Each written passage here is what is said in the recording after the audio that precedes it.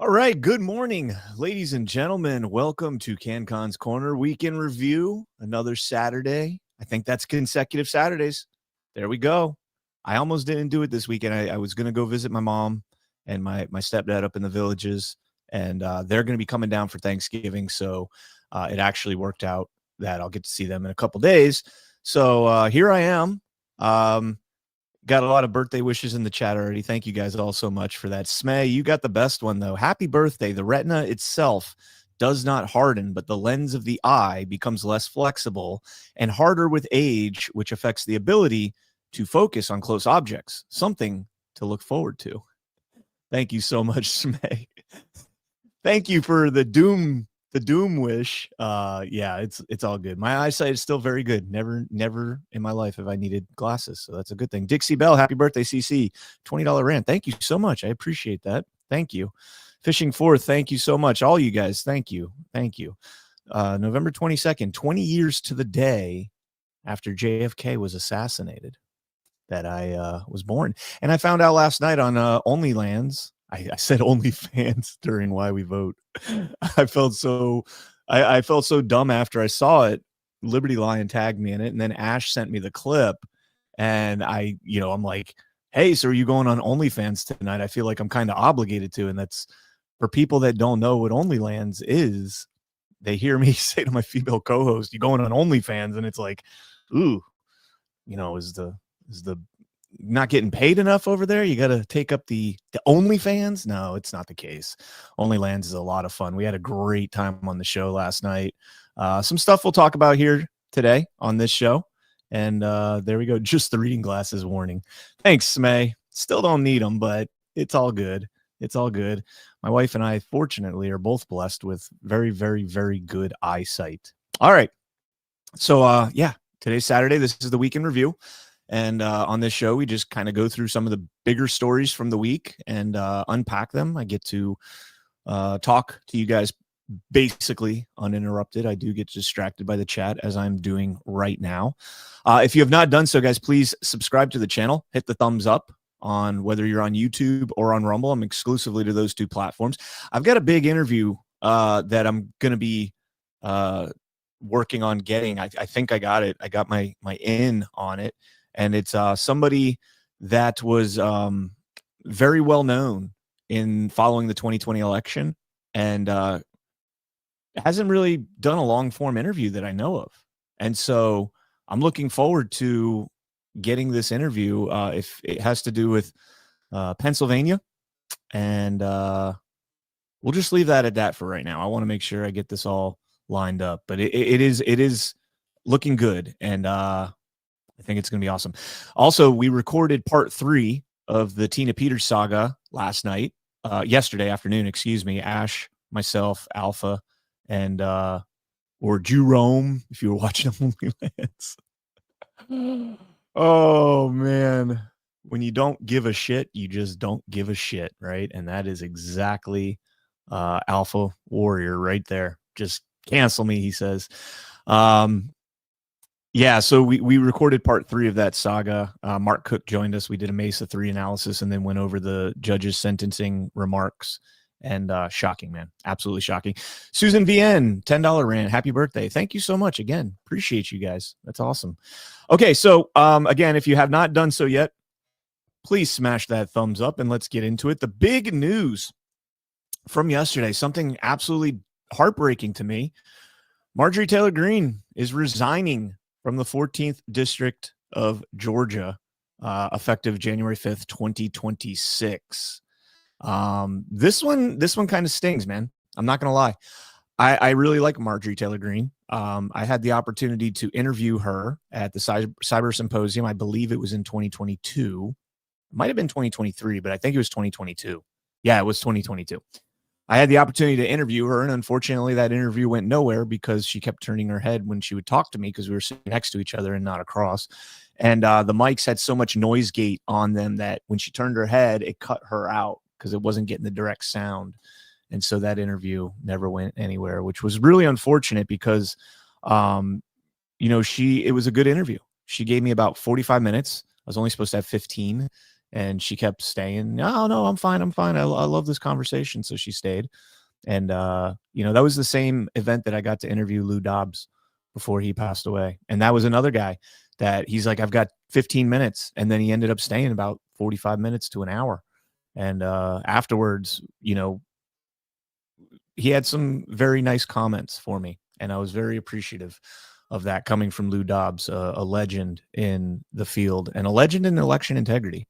But anyways, Marjorie Taylor Greene, populist right, the feud that she had with President Trump. I don't know whether it was kayfabe or not. I tend to think that it is. And let's just listen in for just a minute. Hi, everyone. I've always represented the common American man and woman as a member of the House of Representatives, which is why I've always been despised in Washington, D.C., and just never fit in. Americans are used by the political industrial complex of both political parties, election cycle after election cycle, in order to elect whichever side can convince Americans to hate the other side more. And the results are always the same. No matter which way the political pendulum swings, Republican or Democrat, nothing ever gets better for the common American man or woman. The debt goes higher, corporate and global interests remain Washington's sweethearts, American jobs continue to be replaced, whether it's by illegal labor or legal labor by visas or just shipped overseas. Small businesses continue to be swallowed by big corporations. Americans' hard-earned tax dollars always fund foreign wars, foreign aid, and foreign interest. And the spending power of the dollar continues to decline. The average American family can no longer survive on a single breadwinner's income, as both parents have to work in order to simply survive. And today, many in my children's generation feel hopeless for their future and don't think they will ever realize the American dream. And that breaks my heart. I ran for Congress in 2020 and have fought every...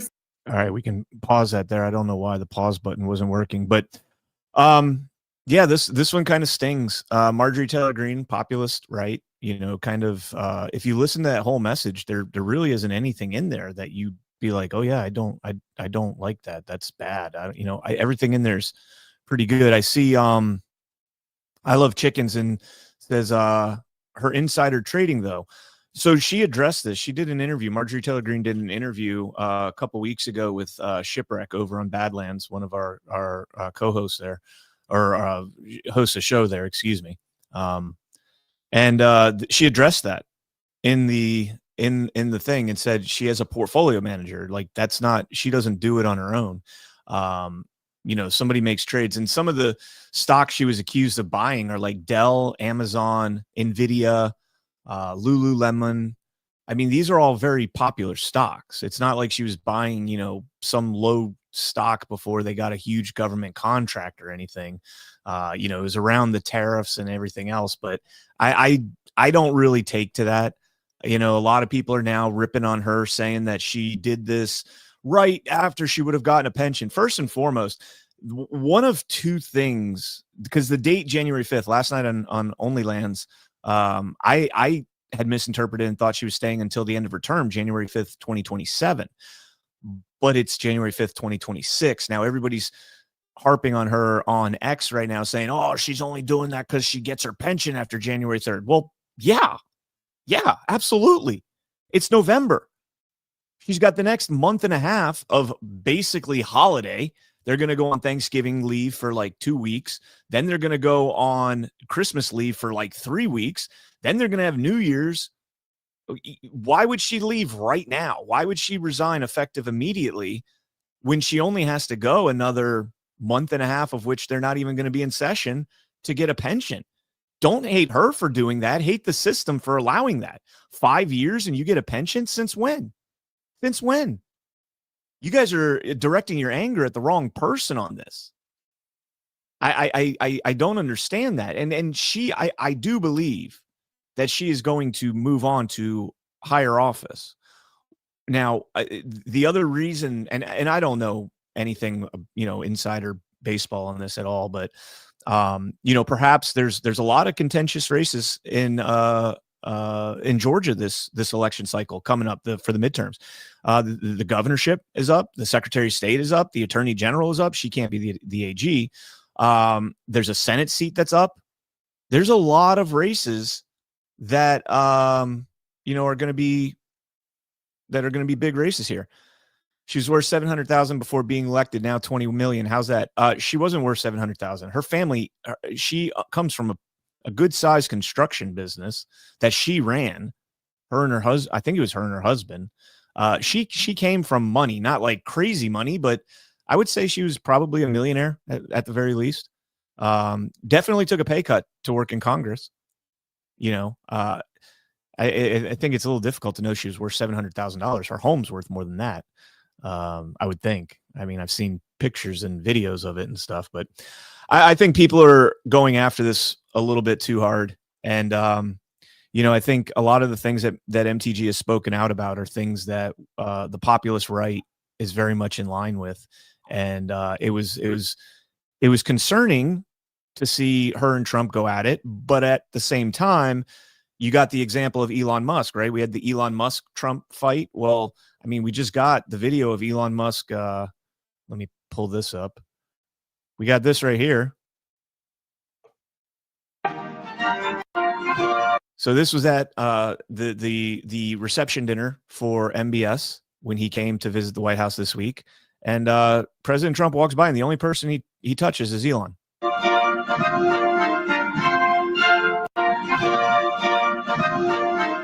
He reaches out specifically to grab at him. He also had this from his speech 2 weeks before. Well, I don't want to play this just yet because I want to save this for a little bit later on. But in this, he essentially says, right, Elon, we remember when we were talking about this plan. Don't talk about the transgender for everyone until 2 weeks before the election. That's what he was getting at.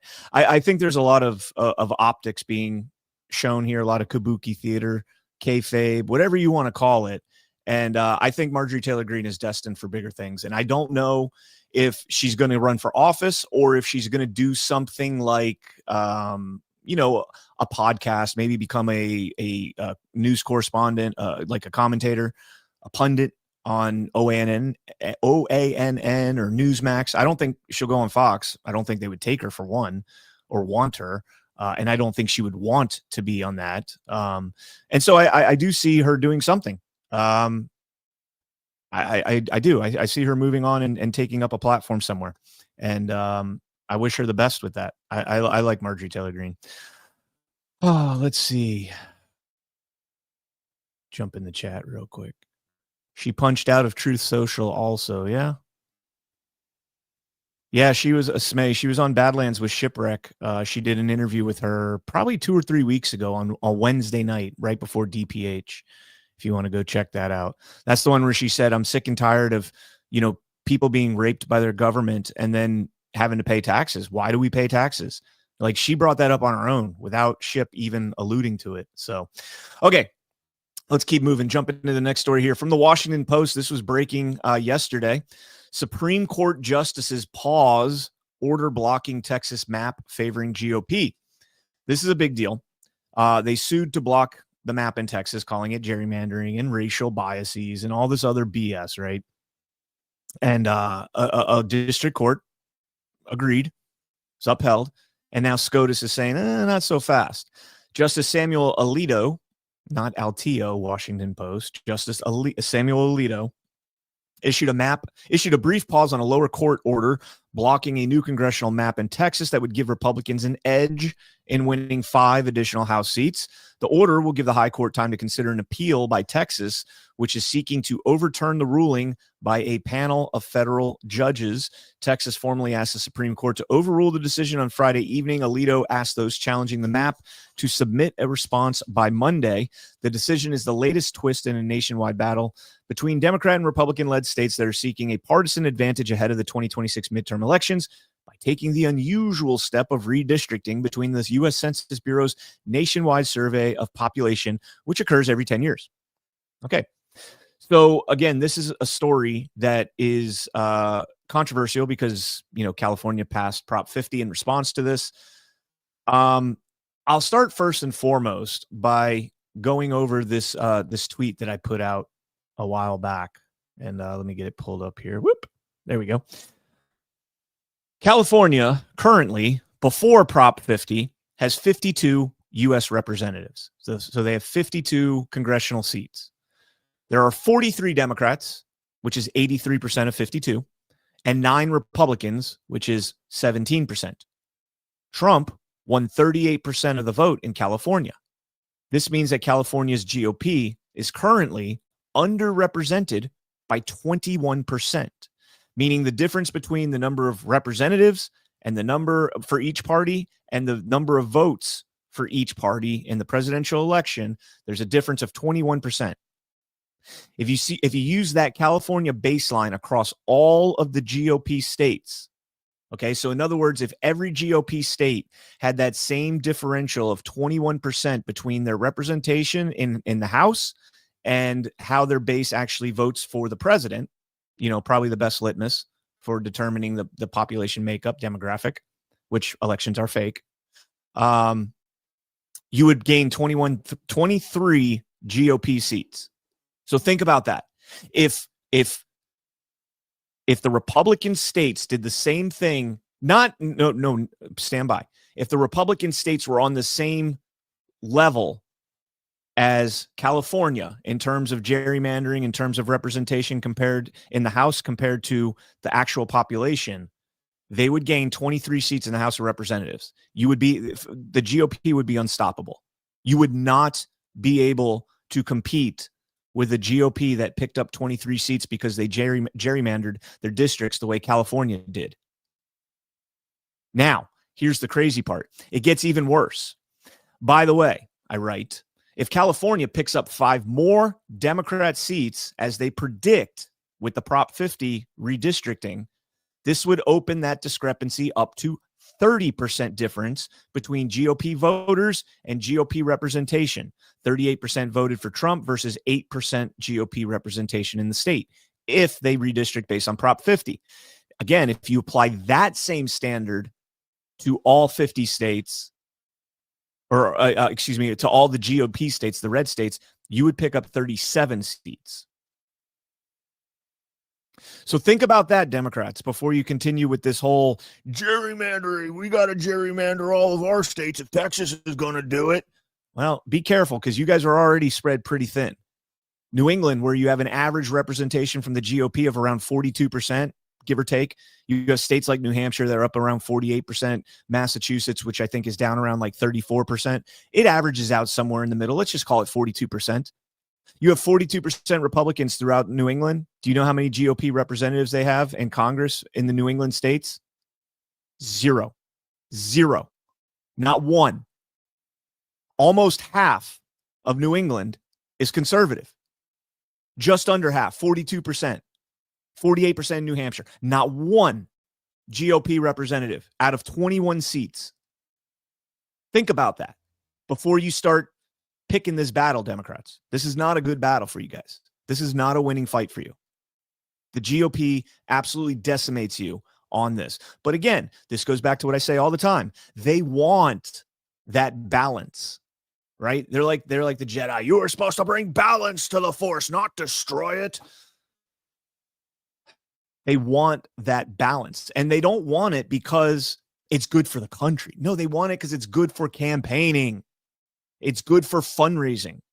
You can pit left versus right, Democrat versus Republican. If it's close, I just need that extra $5 from you, even though most of it gets laundered in from Act Blue anyways and Win Red anyways. But that's the whole point. Like, that's the system. The system is designed specifically to keep us at each other's throats. The system, I firmly believe, what Trump said at the, what was it, the Wilson dinner, when he said, this country's 50-50. Actually, it's more like 75-25 is what he said. And I believe that. I do. I believe this country's probably 70-30, 75-25, somewhere around there. It's a majority conservative. But you can't ever put that out there, because if one party dominates, the other party disappears. The other party just outright disappears. And then you have, essentially a monarchy at that point. Well, it's not a monarchy, but what is the word? I can't think of the word, but you have one party that rules everything. and that's not necessarily a good thing. But I do think that you're starting to see kind of fracturing within. Well, the Democrats are already dead. I mean, that not literally. You got to be careful with that after this week. But the Democratic Party is already DOA, dead on arrival. The GOP is starting to see fracturing. You're starting to see the populist fracture. Marjorie Taylor Greene leaving, Thomas Massie getting pushed aside, and it is a little concerning to me that, you know, while President Trump is ripping on Massie and attacking MTG, he's playing golf with Lindsey Graham. I mean, you got to call it how it is, guys. Lindsey Graham is an absolute piece of shit. He is an absolute utter piece of shit. When he was at that Jewish dinner banquet, whatever, and was laughing about killing people. Doesn't matter if it's your enemy. Doesn't matter. He's never been to war. He doesn't know what it's like to actually pull the trigger and kill somebody. He doesn't know what it's like to drop the bomb and kill somebody. So for him to laugh about that because he's, you know, little swoop of the pen or sticking his card in to vote for something and it results in people being killed, he doesn't know what that's like.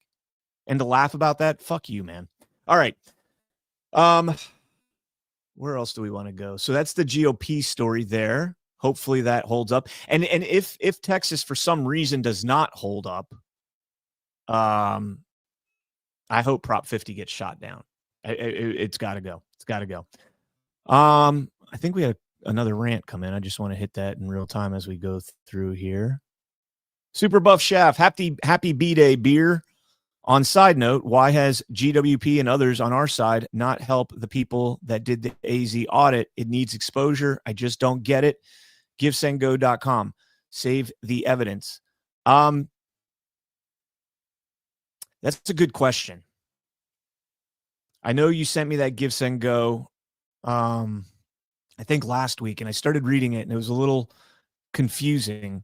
So maybe, do you know who specifically put that together?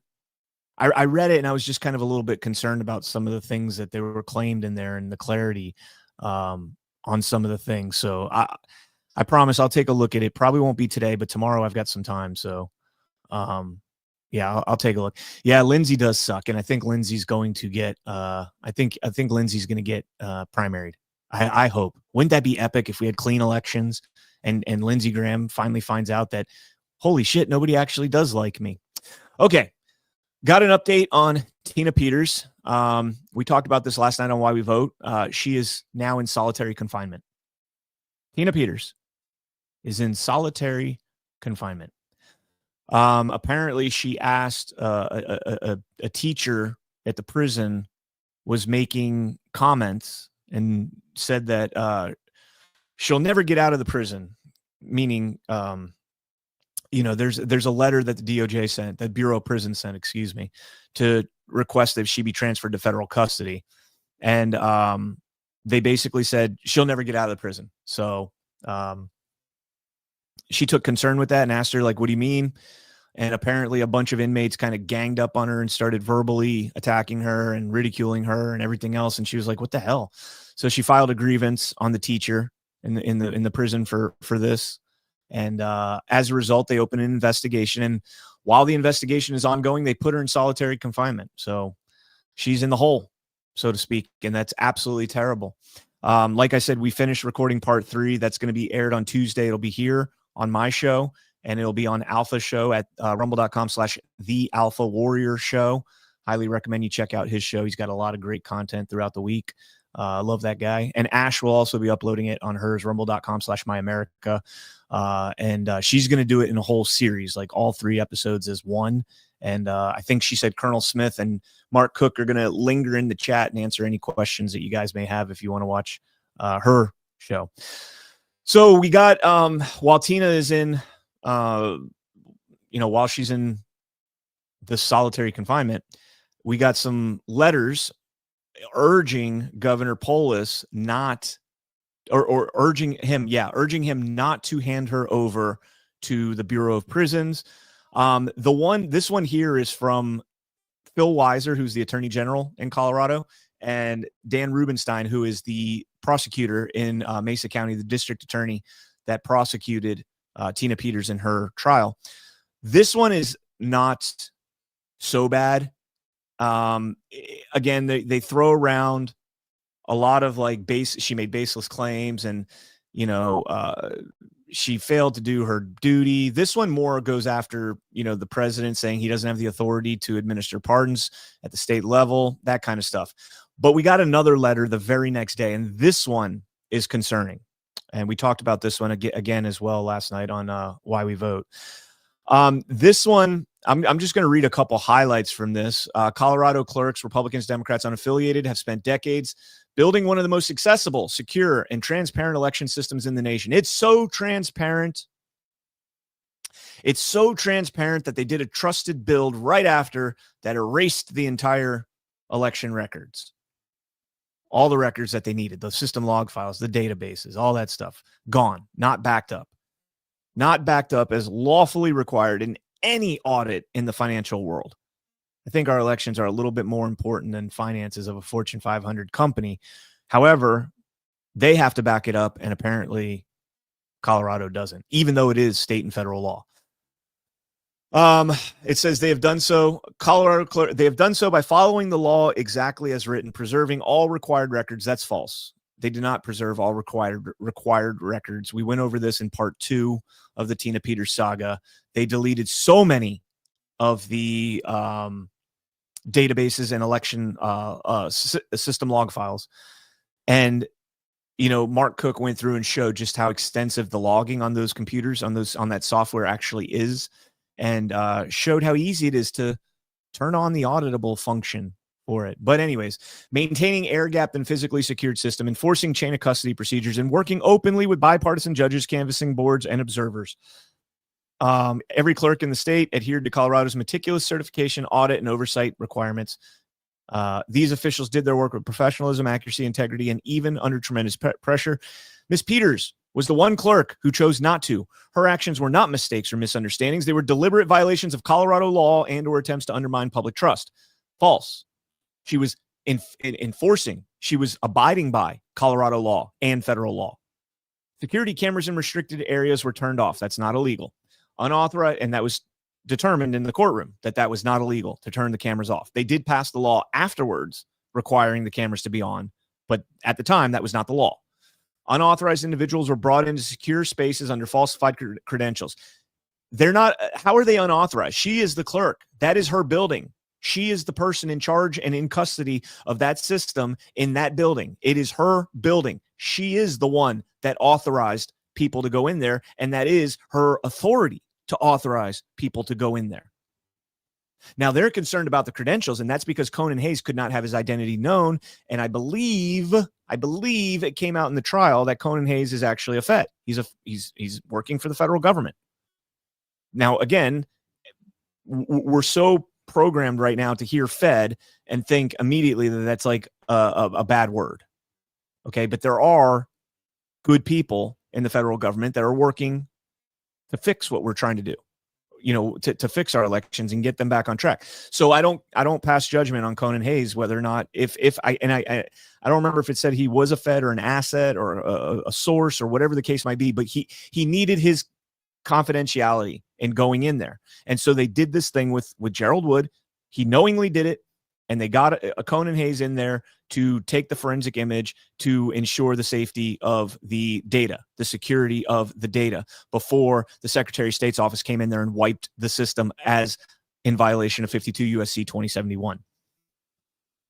Established safeguards were bypassed, and routine election procedures were misrepresented as evidence of wrongdoing. Again, there is no thorough debunking of the Mesa reports by anybody that's credentialed. This same entity right here, the Colorado County Clerks Association, put out a debunking. Nobody signed it. There's nobody credentialed, listed, and their credentials, what they did, right? This is something that we talked about all the time, or that we got hit on all the time during COVID and during the 2020 election. Oh, you're citing people and not saying who it is, or you're not a lawyer, or you're not a technologist, you're not a cybersecurity expert. You shouldn't be commenting on this. And then they put these reports out and they don't say who signed the reports, who conducted the investigations, who did these audits, who did these forensic analysis. They don't give you anything. They just sign it and say, trust us. By the way, Colonel Sean Smith, somebody with impeccable credentials working for the federal government inside the Pentagon Department of Defense, doing penetration testing and ensuring our critical infrastructure is secured. He's got credentials, and he looked at the report and said, these people don't know what the hell they're talking about. He's looked at both the Mesa reports and the rebuttal reports. But they won't come out and actually have a dialogue about this. They won't actually discuss that. They won't actually debate somebody like Colonel Smith or like Mark Cook or like Jeff O'Donnell or like Walter Daugherty, who is a professor emeritus at Texas A&M, Harvard degree. They won't do any of that stuff, right? They just put it out there, and they give the mainstream media their talking points, and they sound like an authoritative source because they're the Colorado County Clerks Association. What they forget to mention is also that the executive director's wife worked for Dominion for over a decade. Little bit of a conflict of interest in there, but, it is what it is. A jury of Mesa County residents examined the evidence, weighed the testimony, and convicted Ms. Peters on multiple felonies and misdemeanors, all tied to her own conduct. They convicted her on lying to 3 officials, not even elected officials, bureaucrats. They convicted an elected official of lying to bureaucrats in her own building. And all of this stemmed from COVID policy, and a policy that Griswold put in place that you can't have, certain amount of people in the clerk's office. Essentially, I'm being very vague on that, but that's what it was. She lied about who was in the room in violation of COVID policy, and because of that, she's in prison for 9 years. And now here's the concerning part about me. Now this is an NGO. Colorado County Clerks Association is an NGO. However, it is an NGO that is made up with members that are elected officials throughout Colorado. I believe every single clerk is a member of the CCCA. And so I have a lot of concerns about putting out a message like this right here. The risks to the public servants would only grow if she were allowed to use a new legal narrative to further these falsehoods. These election professionals stood up for the law, for the truth, and for the voters of Colorado. In return, they endured fear for their safety and reputational attacks that continue even today. Again, I stand by the Mesa reports as being factual, being correct, and never being debunked by anybody with any sort of reputation or qualification that has been expressed to us. So as of right now, I believe the Mesa reports. And I mean, I don't know what else to say. It's unfortunate that these clerks are getting harassed, or a couple of them have been harassed. They're not doing anything wrong, guys. These clerks, these county clerks at their level are they're just conducting business. They're just trying to do their jobs. These aren't the evil people in this world. And anybody taking you out on them, guys, you guys got to be careful with that, because unless you specifically catch them doing something deliberately malicious, they're not the bad guys in this. Okay, so I do want to make that clear. To remove Ms. Peters from Colorado custody now, at the urging of political actors outside our state, would send a deeply damaging message to the clerks who upheld their oath under extraordinarily difficult circumstances. It would imply that accountability for violations of Colorado law can be negotiated or avoided, while those who acted honorably were left to face the consequences. It would undermine the work of Colorado prosecutors and jurors and a judicial system, each of whom fulfilled their responsibilities thoroughly and independently. Because of the significant issue of the election for election officials statewide, we ask that you decline any request to transfer her. Where's the other part of this? Oh, I already read it. What am I doing? So this right here, this paragraph right here, this is a massive First Amendment violation. That letting her transfer to federal custody, not even letting her go, transferring her to federal custody would somehow allow her to use a new legal narrative to further these falsehoods. I'm sorry, do we not have a First Amendment in this country? Whether or not it's a falsehood or not, you still have the right to say it. You have a First Amendment right. And that's the concerning part, because while this is an NGO and can do whatever it wants to do technically, that is a First Amendment violation, and it's a conglomerate of elected officials. It is a consortium of county clerks representing their county in the CCCA, which has become a lot more than what it's supposed to be. We'll just leave that at that. All right. Let me jump in the chat real quick here, see what's going on. You mean pandemic? They used to destroy people's lives. Absolutely. Absolutely. All right, what else we got?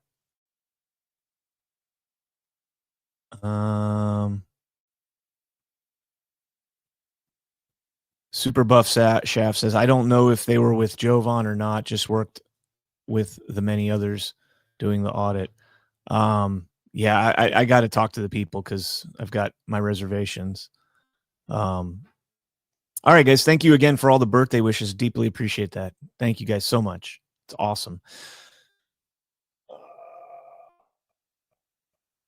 All right, let's go ahead and jump into the next story here. And this is another one that I've spoken about quite a bit this week. And I'm, again, deeply passionate about this one as well.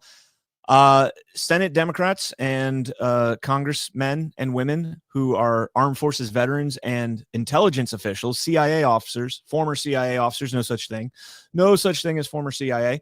But they came out in a nice little message this week calling on the military to refuse illegal orders. And let's play the clip here, and then I'm going to try and make this relatively short, but that's not going to happen. So here's the clip.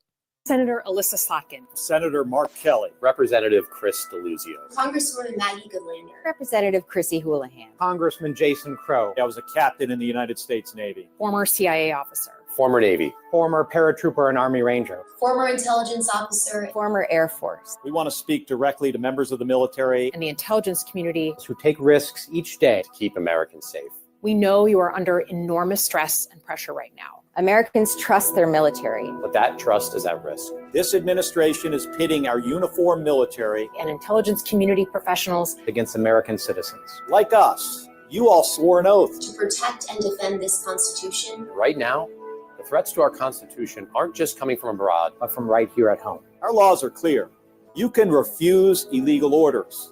You can refuse illegal orders. You must refuse illegal orders. No one has to carry out orders that violate the law. Or our Constitution. We know this is hard. And that it's a difficult time to be a public servant. But whether you're serving in the CIA, The Army, Our Navy, The Air Force. Your vigilance is critical. and know that we have your back. because now, more than ever, The American people need you. We need you to stand up for our laws. our Constitution, And who we are as Americans. Don't give up. don't give up. Okay, we're going to end it there. I want to go back to this part right here, and I'll show you guys why I think this is the seditious conspiracy. We want to speak directly to members of the military. And the intelligence Okay, so right there you have Mark Kelly, the walking penis, saying we want to speak directly to members of the military. Former Air Force. We want to speak directly to members of the military. Okay, and then you have Alyssa Slotkin saying, and the intelligence community. First and foremost, please, and I've said this every time I've addressed this, please, please, please do not lump the military in with the intelligence community. Please don't do that.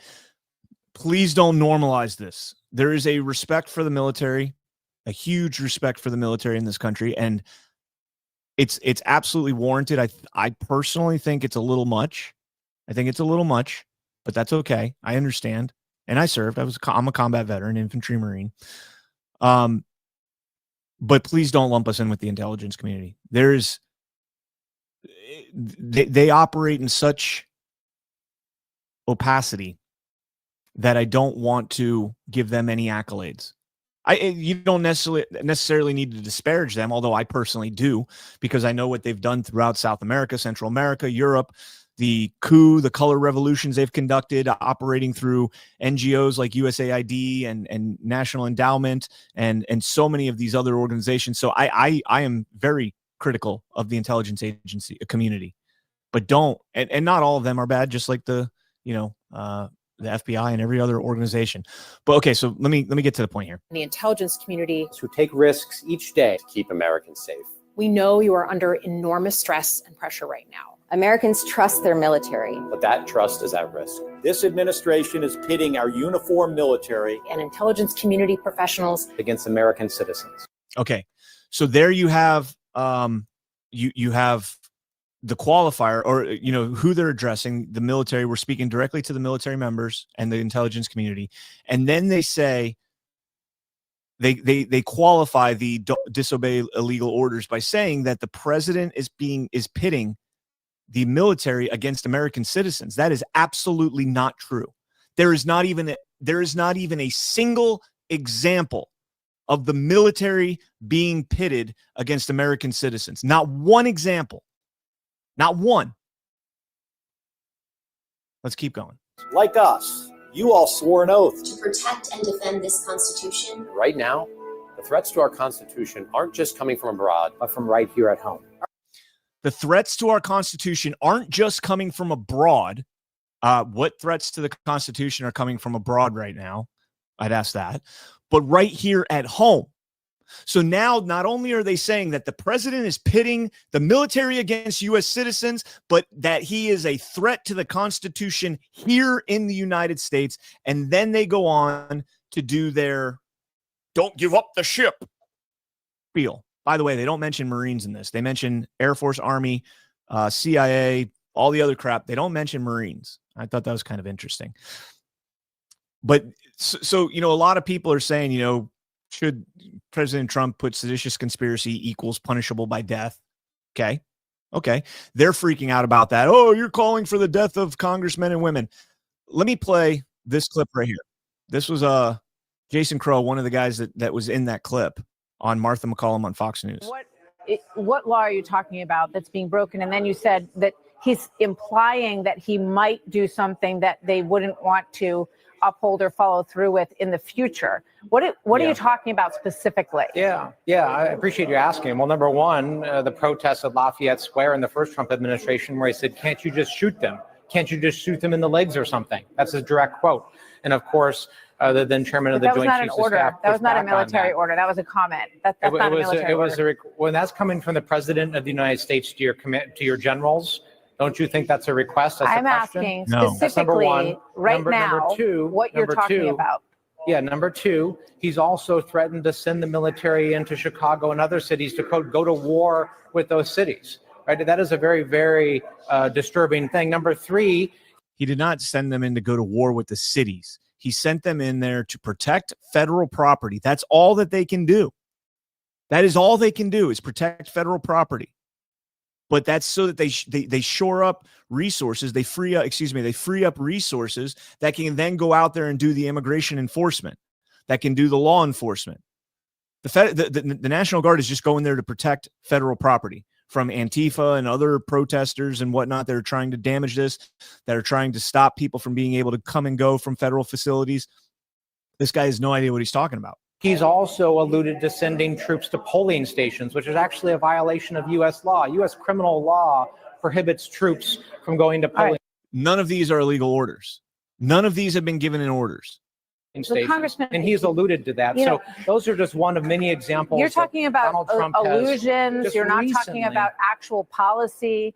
You're not talking about things that are members of our service members who we revere and respect are actually being asked to do. So when you see this video on all over the place, when you see this video on social media, I think a lot of people scratch their heads and they say, what exactly are they talking about? Are they talking about Martha, not allowing gunboats to make it to the United States carrying drugs? No. Is that what you're talking about? Martha, here's a novel idea. How about we actually prevent things from happening before they become a problem? I think that's what they're trying to do. What you're saying is we have to wait until there's a problem to respond to that problem. No, I'm not. Right? As a military officer, what I think is important is we train people, we give them information, we prepare people for challenges coming down the pike. That is what I did as a commander in the military.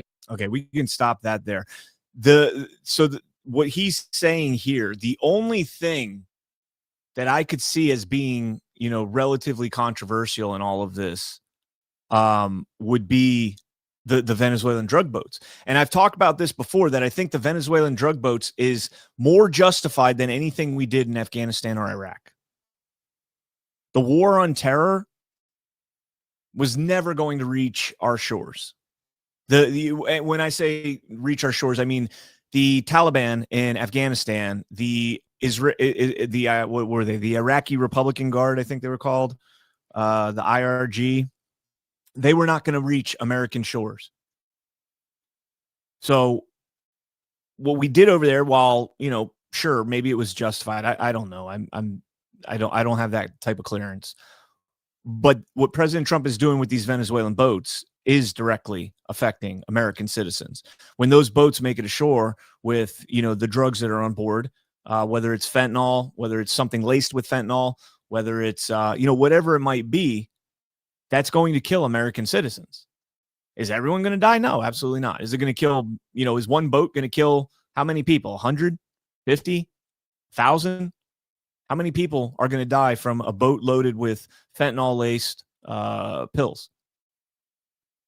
It's a genuine question. I would assume that President Trump is aware of that intelligence and aware of that, that's part of the assessment and taking these boats out. And as a deterrent to stop it, as Crow said, why don't we try and stop this? Well, we have been for years. And guess what? It just came out last month that Colombia, the cocaine production coming out of Colombia right now is stronger than it's ever been. And we've been dumping hundreds of millions of dollars into Colombia for years to combat the drugs. But in reality, the CIA profiteers off it. They profit off of that. That is their dark money. That is where the funding comes to run these black ops that they run, these color revolutions, to fund these NGOs. It comes from that trade. So they don't want to stop it. They want to ensure its safety. They want to keep it going. And every once in a while, they give you a little handout. Here, look, we got 50 kilos of cocaine off the streets. Or here, we found 100 pounds of fentanyl. Or whatever, whatever it might be. They give you little bonuses here and there. The reason interdiction doesn't work, Coast Guard going out there and interdicting these boats and stopping them, and we've talked about this before, is these people, the ocean's dead flat, right? There's no way to ambush them. You can't ambush, these boats. And so what do? If you get stopped by the Coast Guard, you dump your load. You dump it. It's 10 boxes, whatever the case might be. You throw it overboard. And now there's different ways they can go about this. You can either do it while they're running wide open and then it's lost. You'll never find it. Or sometimes they'll do it where, they'll have like a salt block attached to it. And so it sinks and it goes down. And then, after an hour, whatever, it comes back up. They got GPS on it. They go out there and they pick them up. And nobody's any smarter. So that's what happens. Flat Earth CanCon, no. But you have no place to ambush on the ocean. The ocean's pretty flat. So that's why this is a new strategy President Trump is taking. Now, here's the problem with what they're saying here. And let me just play one more clip right here. Let me play this clip right here. This is Chrissy Houlihan, who's also in that video. If a sailor in the Caribbean right now is given an order that you think possibly could, there may be some there in terms of legality, is what you said there. What are they to do? So I tell this story of a very critical, crucial, sharp memory in my childhood where my dad was explaining this to me. My dad served a career in the Navy, as did my grandfather. And he explained to me as a girl that if you receive an order that you are not sure of, you have a duty to question your commander, the person next in your chain of command. If that person says, nope, this is what the order is, and you still have an issue, you do have a duty to go up your chain of command to ask those questions. And you have an ability to go to the JAG and talk to them about that as well. Listen, I think that this is an amazing turn of events. Again, when we're talking about the fact that we're being threatened with death for asking people to follow the law, it is a case in point of why we were concerned to begin with. Okay, so we do have a process. It's called request masked, and you can go all the way up the chain of command. You can go all the way up the chain of command, all the way to the president. You can go all the way to the president and when you request mask. The issue I have here is that this is not Congress's job. This is not Congress's job. We have co-equal branches of government. The executive branch is equal to the legislative, is equal to the judicial branch. Okay? They have methods of oversight for each other, right? Congress can impeach the president. Congress can impeach Congress itself. The president can veto a congressional bill. The Supreme Court interprets the law. Like they're co-equal for a reason. All right. And for Congress to come out and address the military and not just say, hey, guys, just a reminder, if you receive an unlawful order, you don't have to follow it. You can disobey an unlawful order. They don't tell you that there's a process for it. But the most important thing is what I said in the beginning of this segment, and that is the qualifiers. That is saying, that is telling the military, imprinting in their brain, ingraining it in their head, that the president is pitting American citizens, the military against the military, pitting the military against American citizens. And that the threats to our Constitution are no longer just from abroad, but here at home. And they are telling that they are putting it in their minds that the president is going to attempt or is trying to attempt to somehow deploy the military against American citizens. And the problem with this is, first and foremost, like I said, equal branches of government. Congress has no authority to address the military. The chain of command within the military lies exclusively in the military and with the civilian in charge, which is the president of the United States, the commander-in-chief. Congress has no authority in that chain of command. None whatsoever. They have the right to raise an army, which we've done permanently now. They have a right to fund that army, and they have a right to declare war. And that is it. They do not have the authority to address the military the way that they did. The military is supposed to remain unpartisan, nonpartisan. There's not supposed to be partisan divide amongst our troops. Unfortunately, we saw a lot of that in the last administration. A lot of that. And by the way, you want to talk about disobeying illegal orders? How about all the troops that took a emergency use authorization vaccine, quote unquote vaccine, against their will and had their religious exemptions denied, had their personal exemptions, requests to be exempt, denied. And if they still continued to refuse an illegal order, they were kicked out of the military, most of them with less than honorable discharges. Some of them were put in the brig. That's an unlawful order. You cannot compel somebody to take an emergency use authorized vaccine. You cannot do that. There is not, it's against the law, but they did it. That was an unlawful order. That's the only unlawful order that I can think of on a broad scale, on a large scale. That's come down in the last, decade. It's the only one I ever saw when I was in the military. Well, I wasn't in at that time, but during my time in the military. And we have a process for this. The chain of command makes it clear to us that we do not have to obey an unlawful order. This is not anything new to us.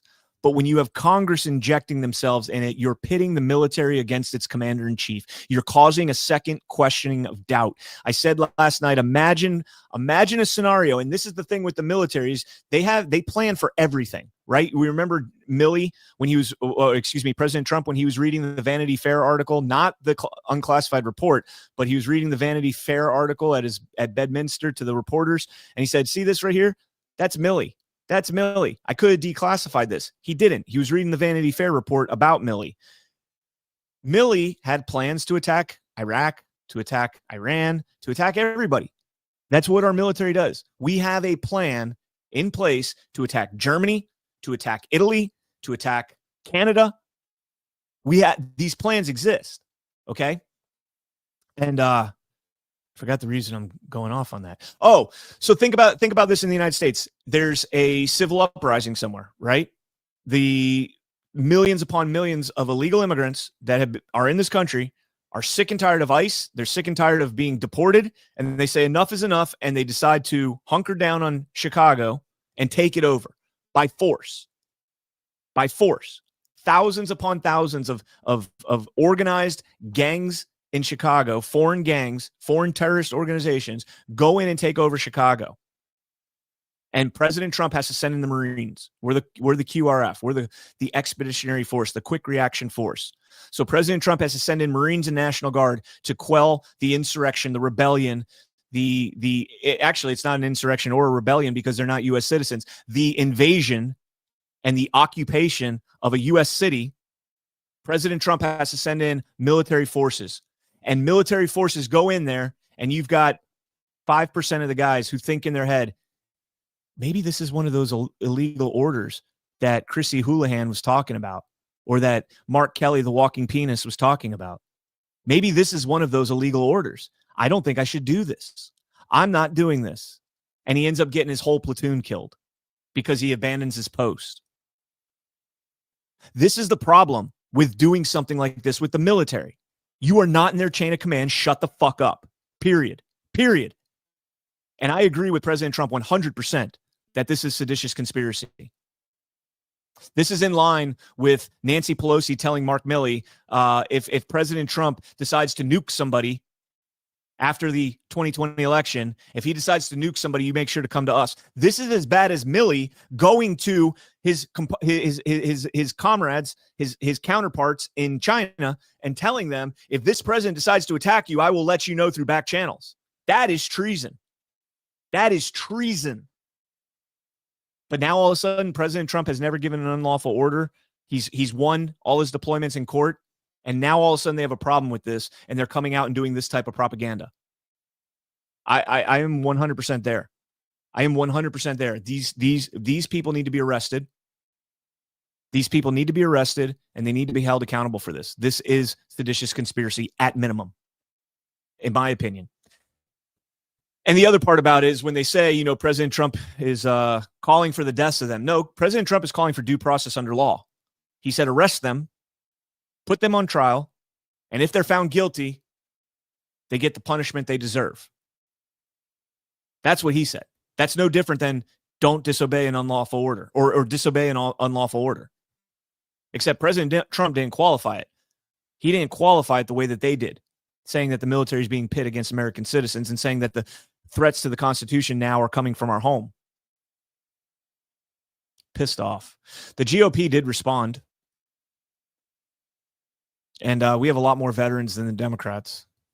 Shocker, right? We must be loyal to the oath that we swore to stand firmly with America. I'm Congressman Jim Baird. I am Joe Wilson. Representative Nick LaLota. Congressman Zach Nunn. Representative John McGuire. Representative Keith Self. Congressman Rich McCormick. Representative Barry Moore. Representative Rick Crawford. August Pfluger. Congressman Andrew Clyde. Congressman Tom Barrett. Former Navy. Former Vietnam Army combat veteran. Retired Colonel of the South Carolina Army National Guard. Marine Corps pilot. Former member of the Alabama National Guard. Former Army Special Forces Green Beret. Former U.S. Army soldier. An Air Force veteran. 28-year Navy officer. United States Army. After my active duty service, I joined the intelligence community. As a former Navy SEAL veteran, I want to speak directly to the members of the military and our intelligence community. I want to speak directly to the members of the military and the intelligence community. I want to speak directly to the members of the military and the intelligence community. Like you, I raised my right hand because I love this country.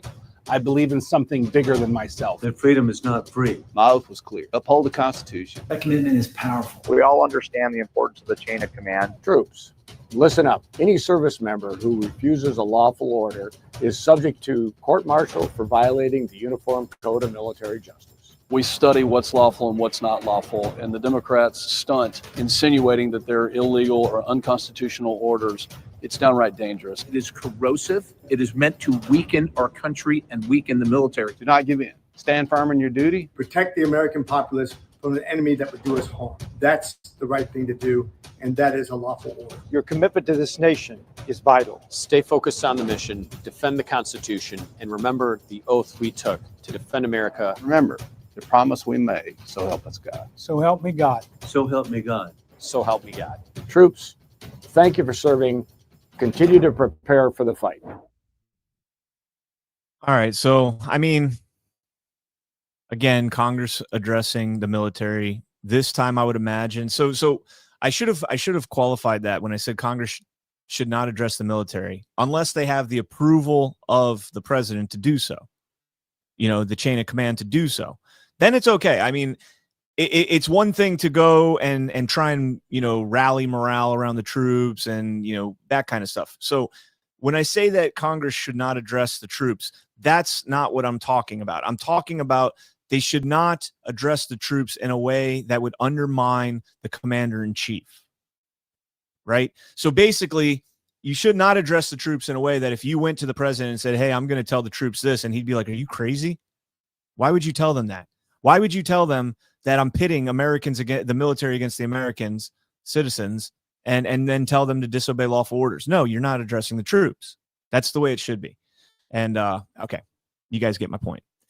All right, let's pause and take a quick second and hit a sponsor, and then we get into the next story here. And let's go ahead and talk about Rumble Premium. All right, guys, you've probably noticed that Rumble is growing fast and it is not slowing down. They're building a real alternative to big tech that puts creators first and actually protects free speech.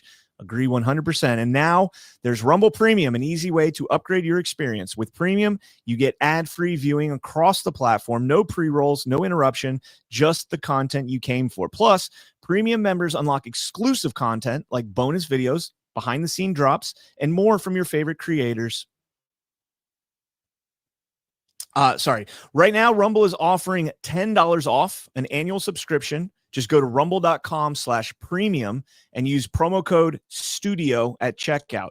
Again, that's rumble.com/premium, promo code STUDIO. No ads, more freedom, and the content you actually care about. That is the deal. All right. So thank you to Rumble Premium. Absolutely love Rumble. Been my ride or dies, man. My ride or dies. All right. Let's jump into another big story over the week, and that is this one right here. Axios, Trump's 28-point Ukraine-Russia peace plan. I covered this yesterday on Badlands Daily with Chris Paul, and we read through all 28 points, and I think it's interesting that we got this right now. I do think I see some things that are going to hinder this plan, but let's read through it just briefly. Number one, Ukraine's sovereignty will be confirmed. Okay, fair enough. Number two, a comprehensive non-aggression agreement will be concluded between Russia, Ukraine, and Europe. All ambiguities of the last 30 years will be considered settled. That's a good thing. Number three, Russia will not invade neighboring countries and NATO will not expand further. That's great, although I don't see it happening. I do hope that NATO ultimately disintegrates. I think NATO is detrimental to world peace. I also think that NATO not expanding further is reminiscent of I did this yesterday too, and I didn't look it up, so I'm not thinking of Baker, Secretary of State Baker, that said not an inch further east.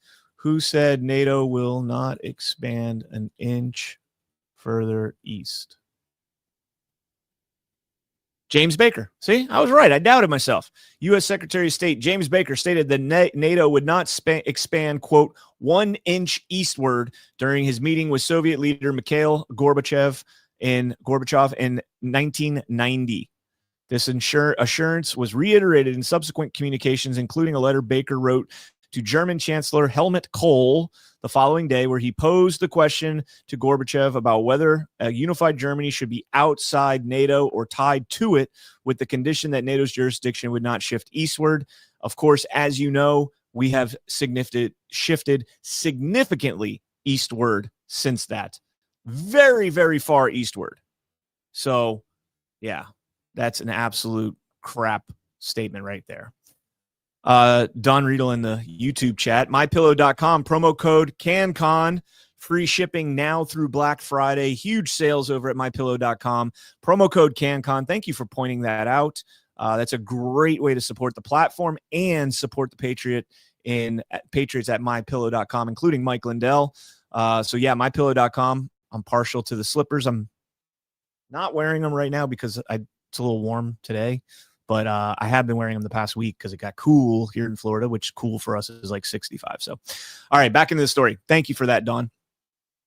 Number four, a dialogue will be held between Russia and NATO, mediated by the United States, to resolve all security issues and create conditions for de-escalation to ensure global security and future economic development. I love this one, except for one part.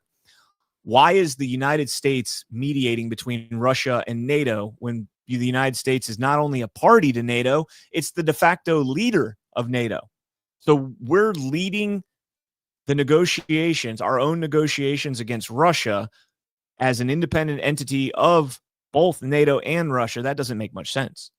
I mean, maybe we're going to withdraw from NATO. That'd be epic. That would be epic. Just be like, hey, Europe, you're on your own, man. You're on your own. You got 30 countries over there, or however many countries you got. What are there, 19 countries in NATO? What's the official count right now? How many countries in NATO? I think it's 19, isn't it? 32. Whoa. It was originally 19. 12 founding and 20 countries have joined since. Maybe that's what I was thinking of, is how many have joined since.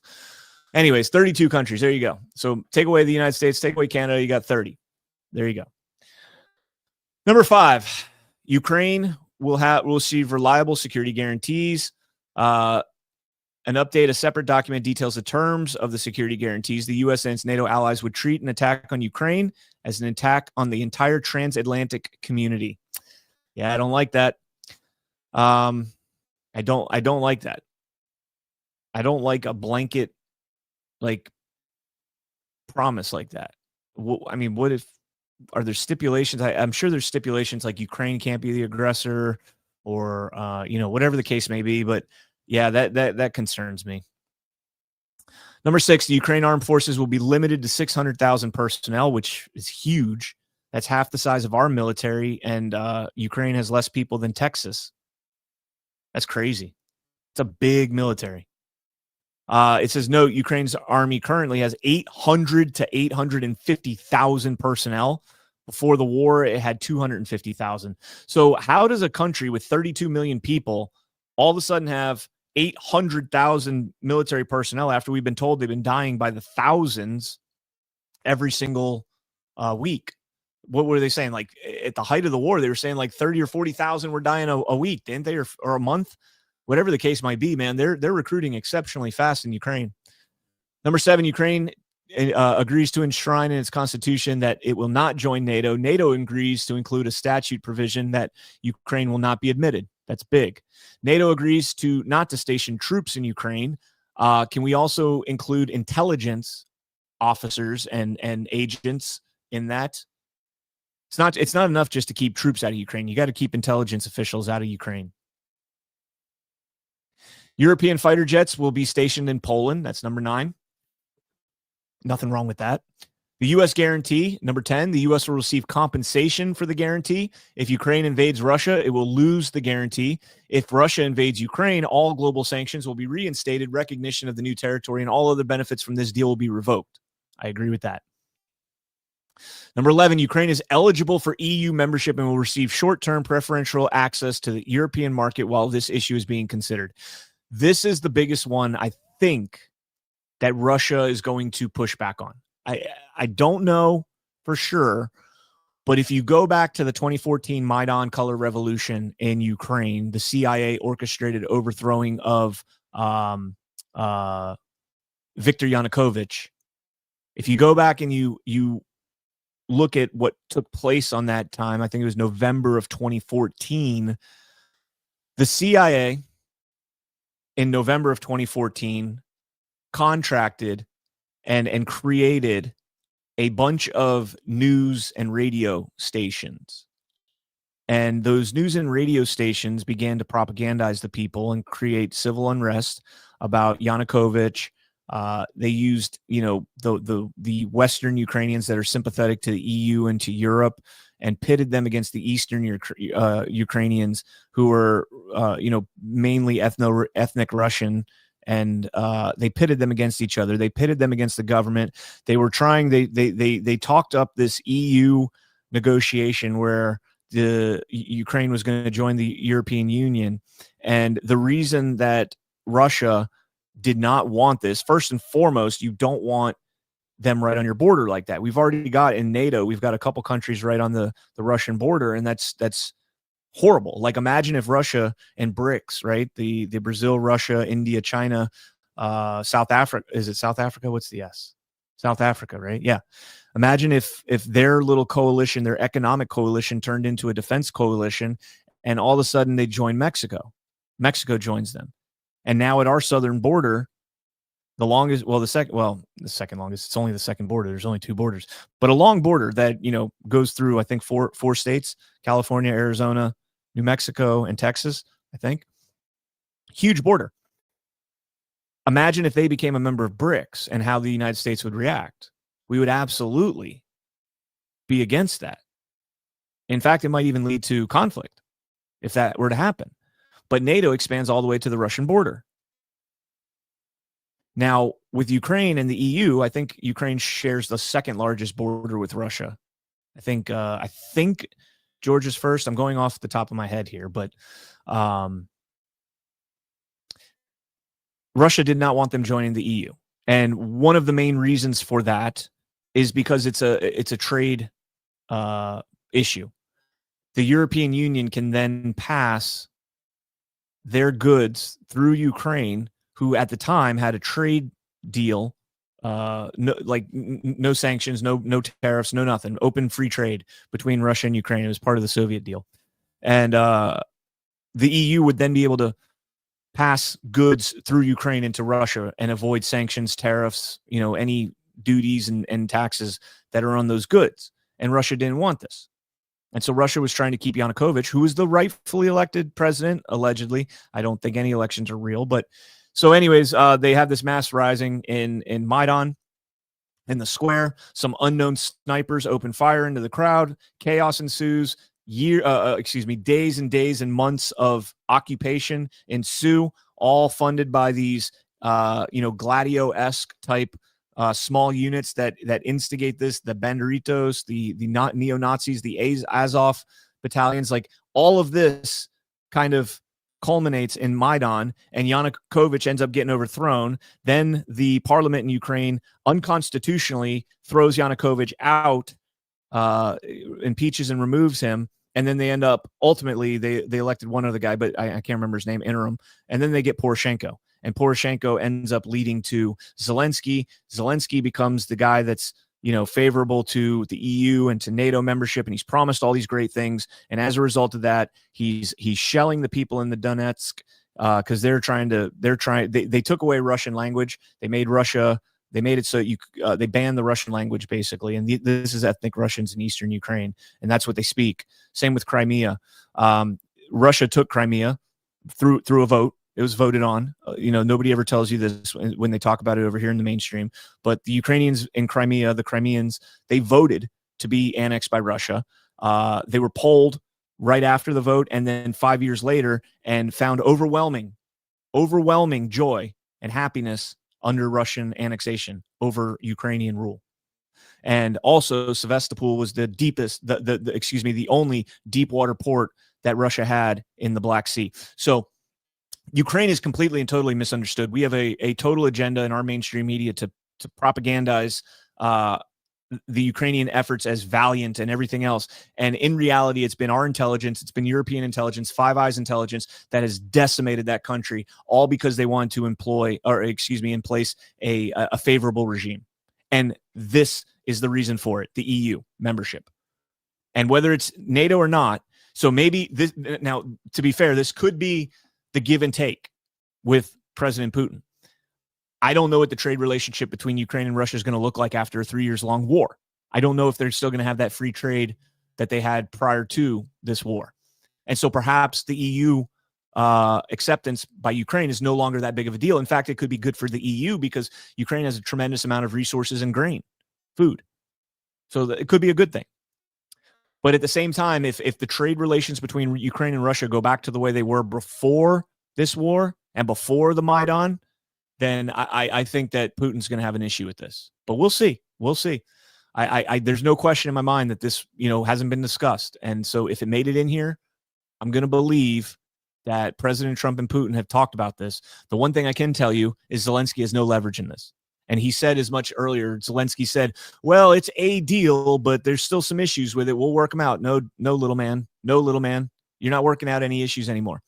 All right, a powerful global package of measures to rebuild Ukraine. That's number 12, including a Ukraine development fund to invest in fast-growing industries, including technology, data centers, and AI. The U.S. will cooperate to jointly rebuild, develop, modernize, and operate Ukraine's gas infrastructure. I think that's a direct shot at Joe Biden right there. Like, hey, you let this war go on, and guess what? I took over the energy industry in Ukraine without having to be on the board of Burisma illegally and register as a foreign agent.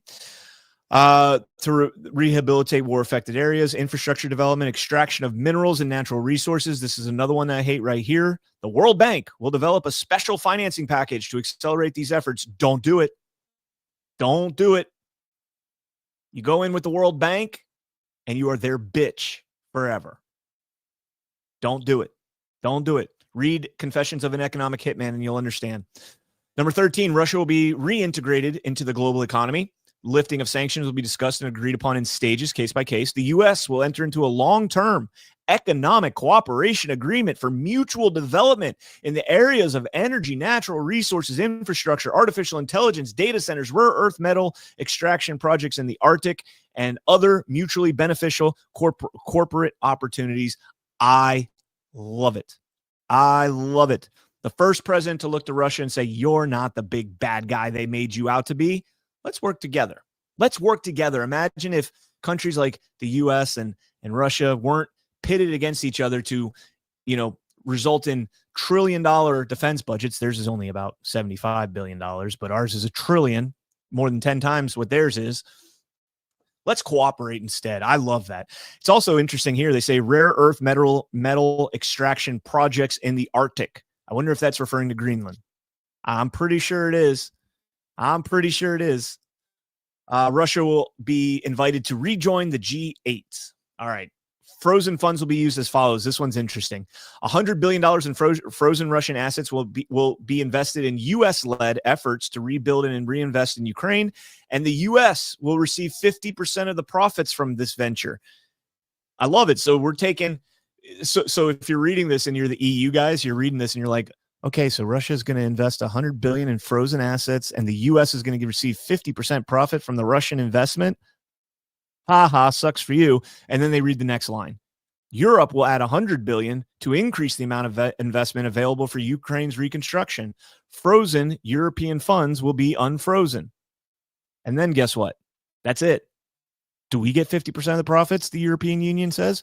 Nope. Why do you think Europe is giving $100 billion to help rebuild Ukraine? Why do you think they're doing that? Because they're telling you, the European Union, Trump is telling them, you fucked this up. You promoted this war. You kept this war going.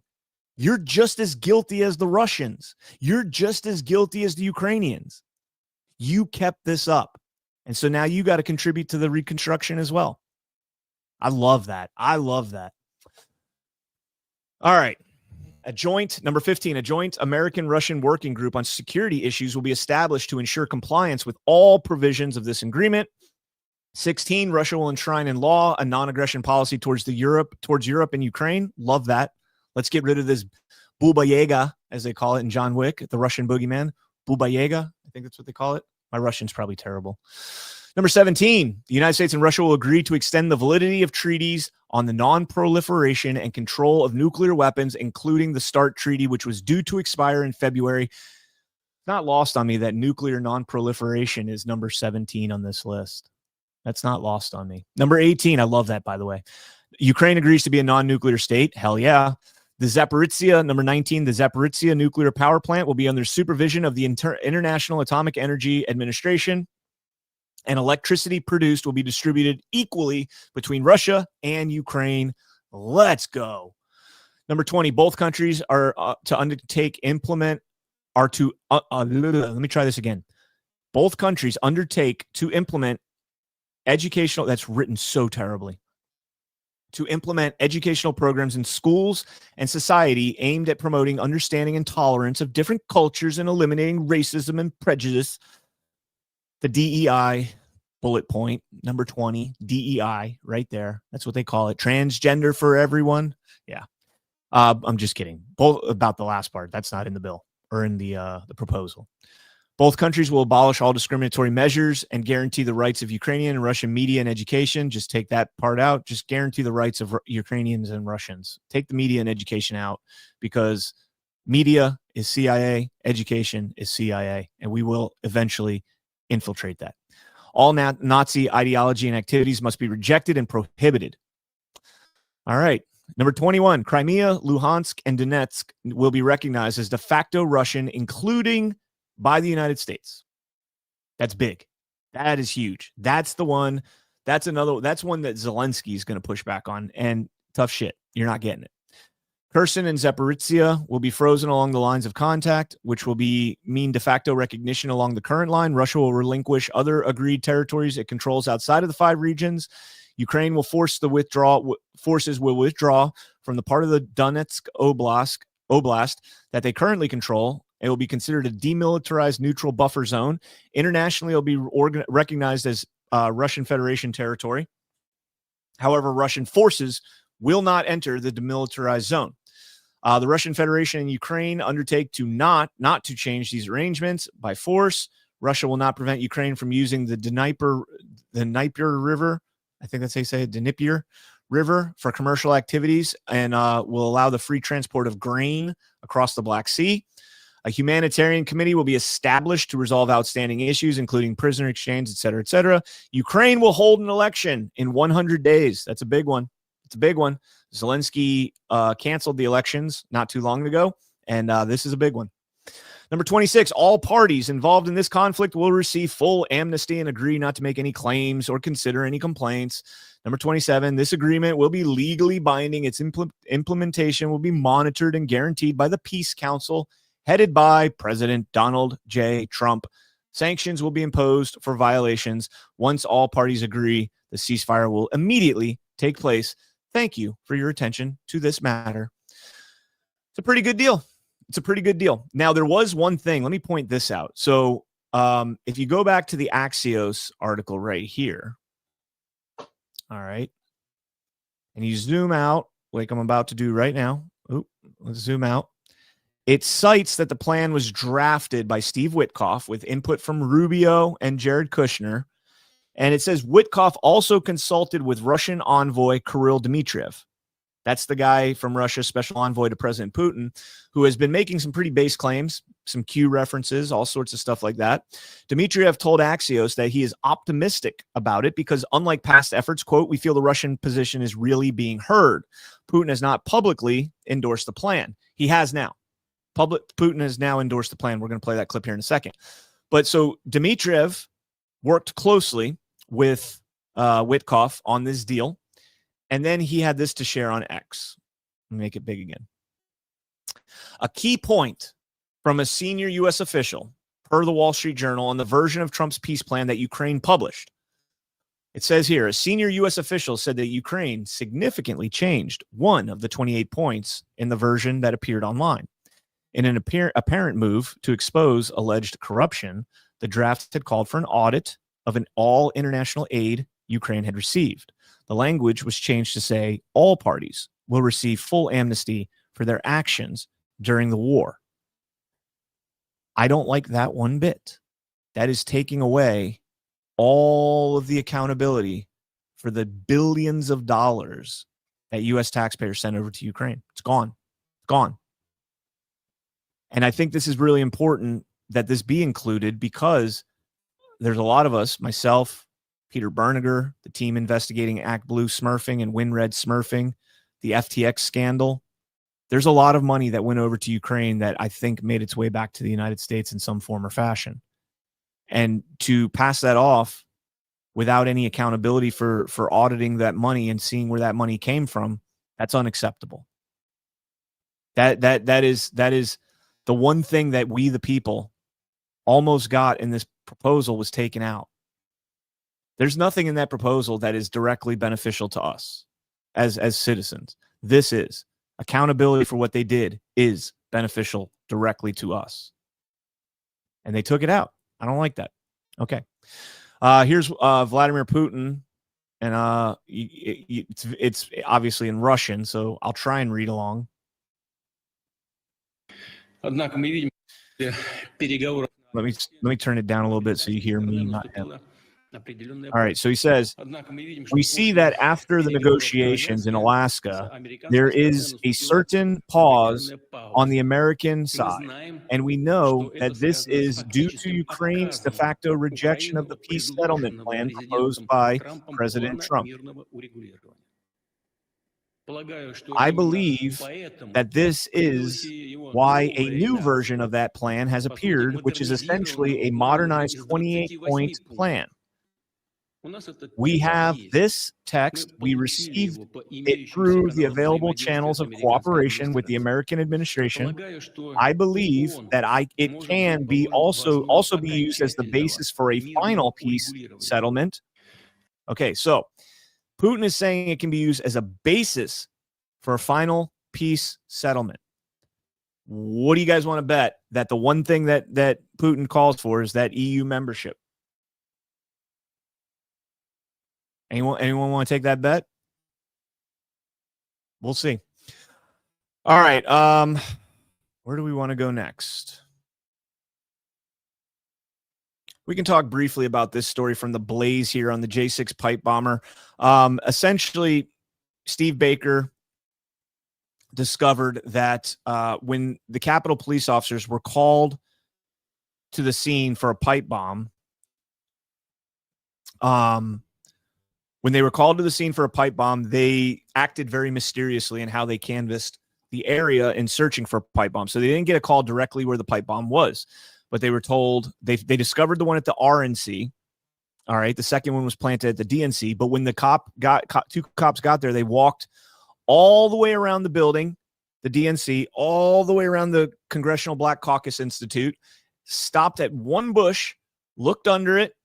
The bomb wasn't there, so they walked back around the same way they came, right? They walked back the same way they came and then found the bomb at the DNC. Now, surveillance the night before showed the pipe bomber go to the exact bush at the Congressional Black Caucus Institute building that they were at and do the similar thing.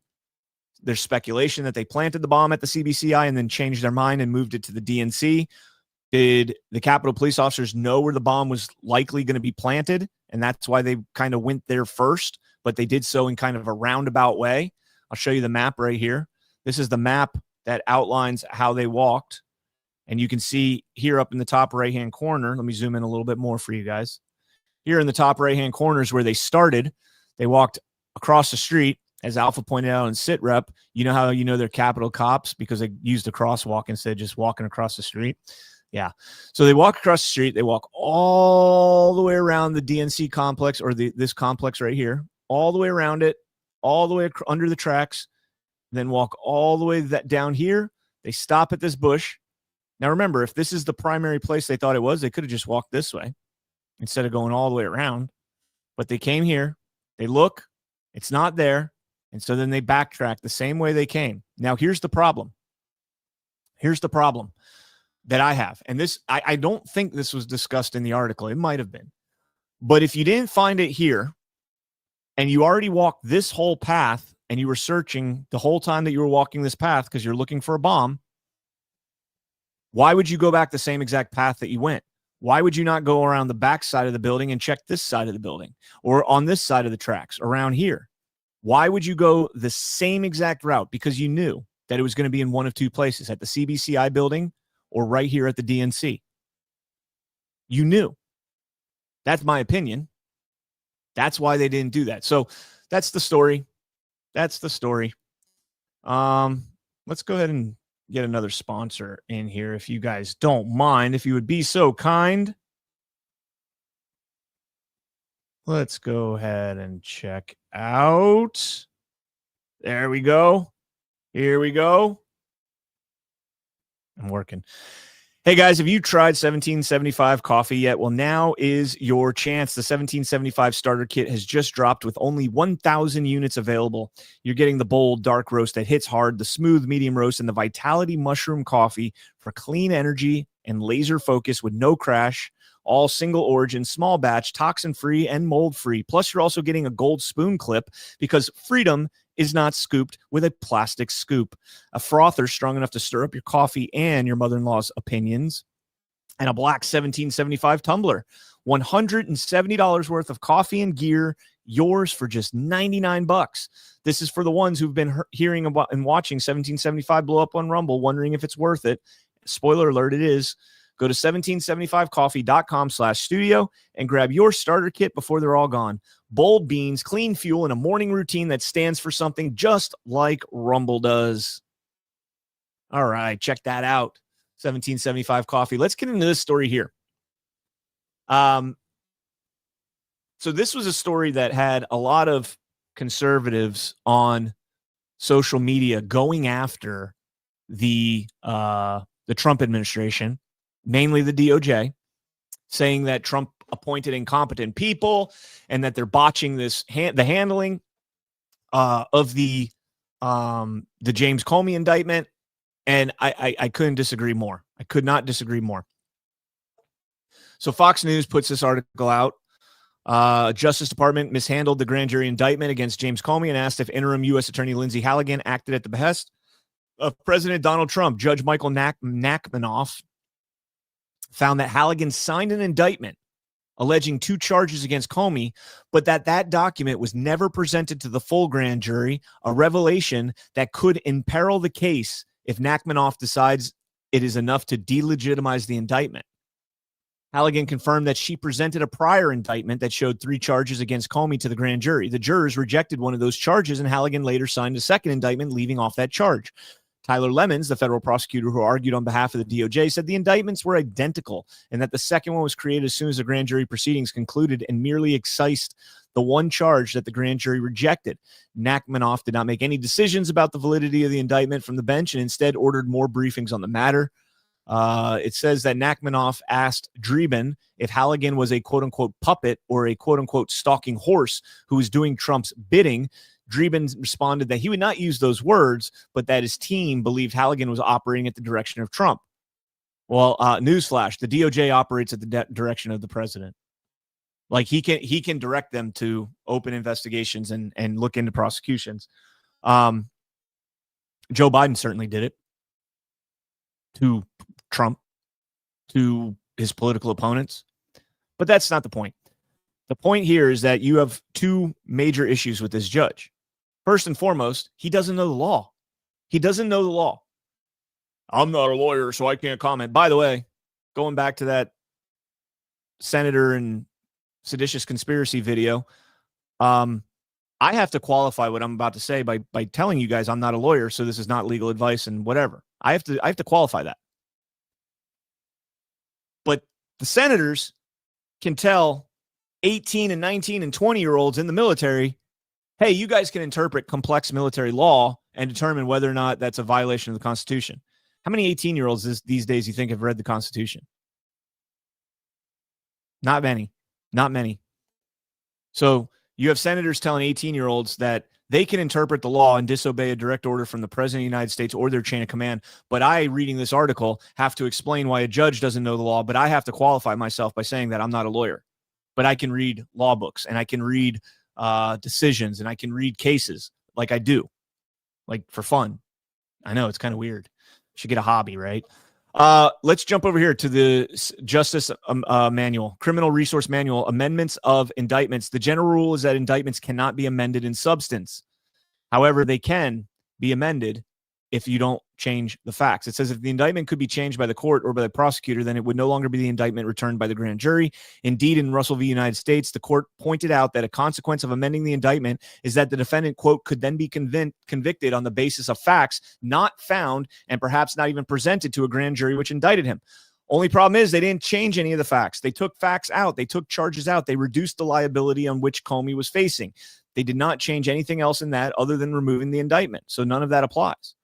Ex parte Bain in the United States versus Miller, 1887, decided in 1985, the Miller part there. It does, quote, it does not constitute an unconstitutional amendment to an indictment to drop those allegations which are unnecessary to an offense that is clearly contained within it. And further, an amendment for the excising of surplusage, meaning the removal of excess, that has the effect of narrowing a defendant's liability without changing the meaning of the charge as it was presented to the grand jury is permissible. And that's United States versus Whitman, 1981. So again, you have a situation where a judge literally does not know the law. Does not know the law. All right. My congresswoman is in a little bit of trouble. South Florida congresswoman charged with stealing $5 million in FEMA funds and making illegal contributions. Now, I found something out very interesting last night because I was joking around with the idea of running for Congress. Sheila McCormick ran uncontested in the Democrat primary and in the election, meaning nobody contested her. At least that's what I did my research last night real quick. Let's ask Perplexity. Here, we'll do this together. Did anyone challenge, I can't type, challenge Sheila Gerphilus McCormick in the 2024 general election? I can't type. Or primary election. Let's make sure. She did face a primary challenge in 2024 from organizer Elijah Manley, who announced his campaign against her. However, she ultimately won re-election in 2024 without opposition in the general election. There's no official opponent in the 2024 general election against her. Let me see. Hold on. Florida 2024 primary election results. NPR, Florida election results primary. Let's go down to District 20, which is my district. Yeah, she didn't run against anybody. This is the Democratic primary right here. Let me zoom in. Democratic primary, Florida District 20, candidate uncontested. Nobody primaried her. I don't know why Perplexity said that they did. That's why you got to be careful with AI. It's not all the way there yet. Maybe somebody tried to contest her. I don't necessarily know. But either way, let's get back into this story here. So this is straight from the DOJ. Federal grand jury in Miami returned an indictment against Congresswoman McCormick and several co-defendants with stealing federal disaster funds, laundering the proceeds, and then using the money to support her 2021 congressional campaign. McCormick and her brother, Edwin Cherfilis, worked through their family healthcare company on a FEMA-funded COVID-19 vaccination staffing contract in 2021. In July of 2021, the company received an overpayment of $5 million in FEMA funds. The defendants conspired to steal that $5 million and routed it through multiple accounts to disguise its source. A substantial portion of the misappropriated funds was used as candidate contributions to McCormick's 2021 congressional campaign for the personal benefits of the defendants and for the personal benefits of the defendants. McCormick and Nadege LeBlanc arranged additional contributions using straw donors, funneling their monies from the FEMA-funded COVID-19 contract to friends and relatives who then donated to the campaign as if using their own money. The indictment also charged her 2021 tax preparer, David Spencer of Davie, I actually know who that is, with conspiring to file a false federal tax return, falsely claimed political spending and other personal expenses as business deductions, and inflated charitable contributions to reduce her tax obligation. So you have kind of a smurfing operation, it sounds like. It's along the lines of smurfing. She got money. She gave it to her friends and told her friends, hey, donate this back to me. And I'm sure they get a kickback. Hey, I'm going to give you $10,000. Donate 5,000 of it to my campaign. The other 5,000 you can keep, or 2,000, or whatever the case might be. You get to keep the rest. It's kind of smurfing.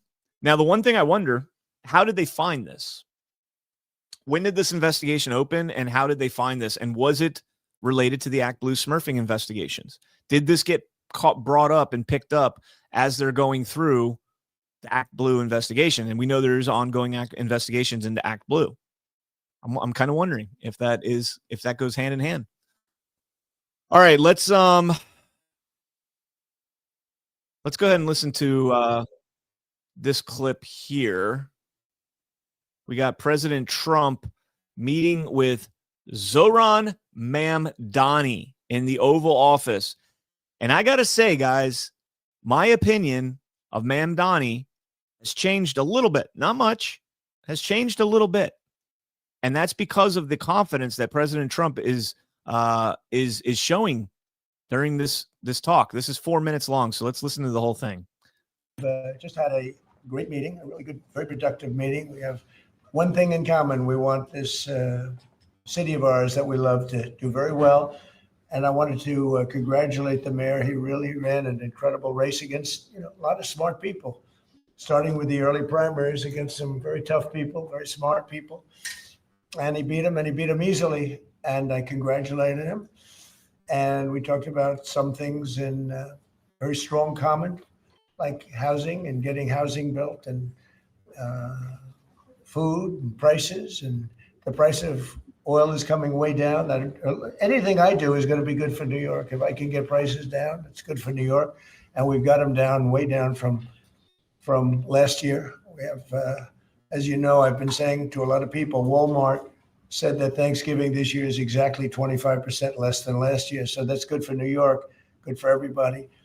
But I just want to congratulate. I think you're going to have hopefully a really great mayor. The better he does, the happier I am. I will say there's no difference in party. There's no difference in anything. And we're going to be helping him to make everybody's dream come true, having a strong and very safe New York. And congratulations, Mr. Mayor. Thank you, Mr. President. Thank you. I appreciate it. Please.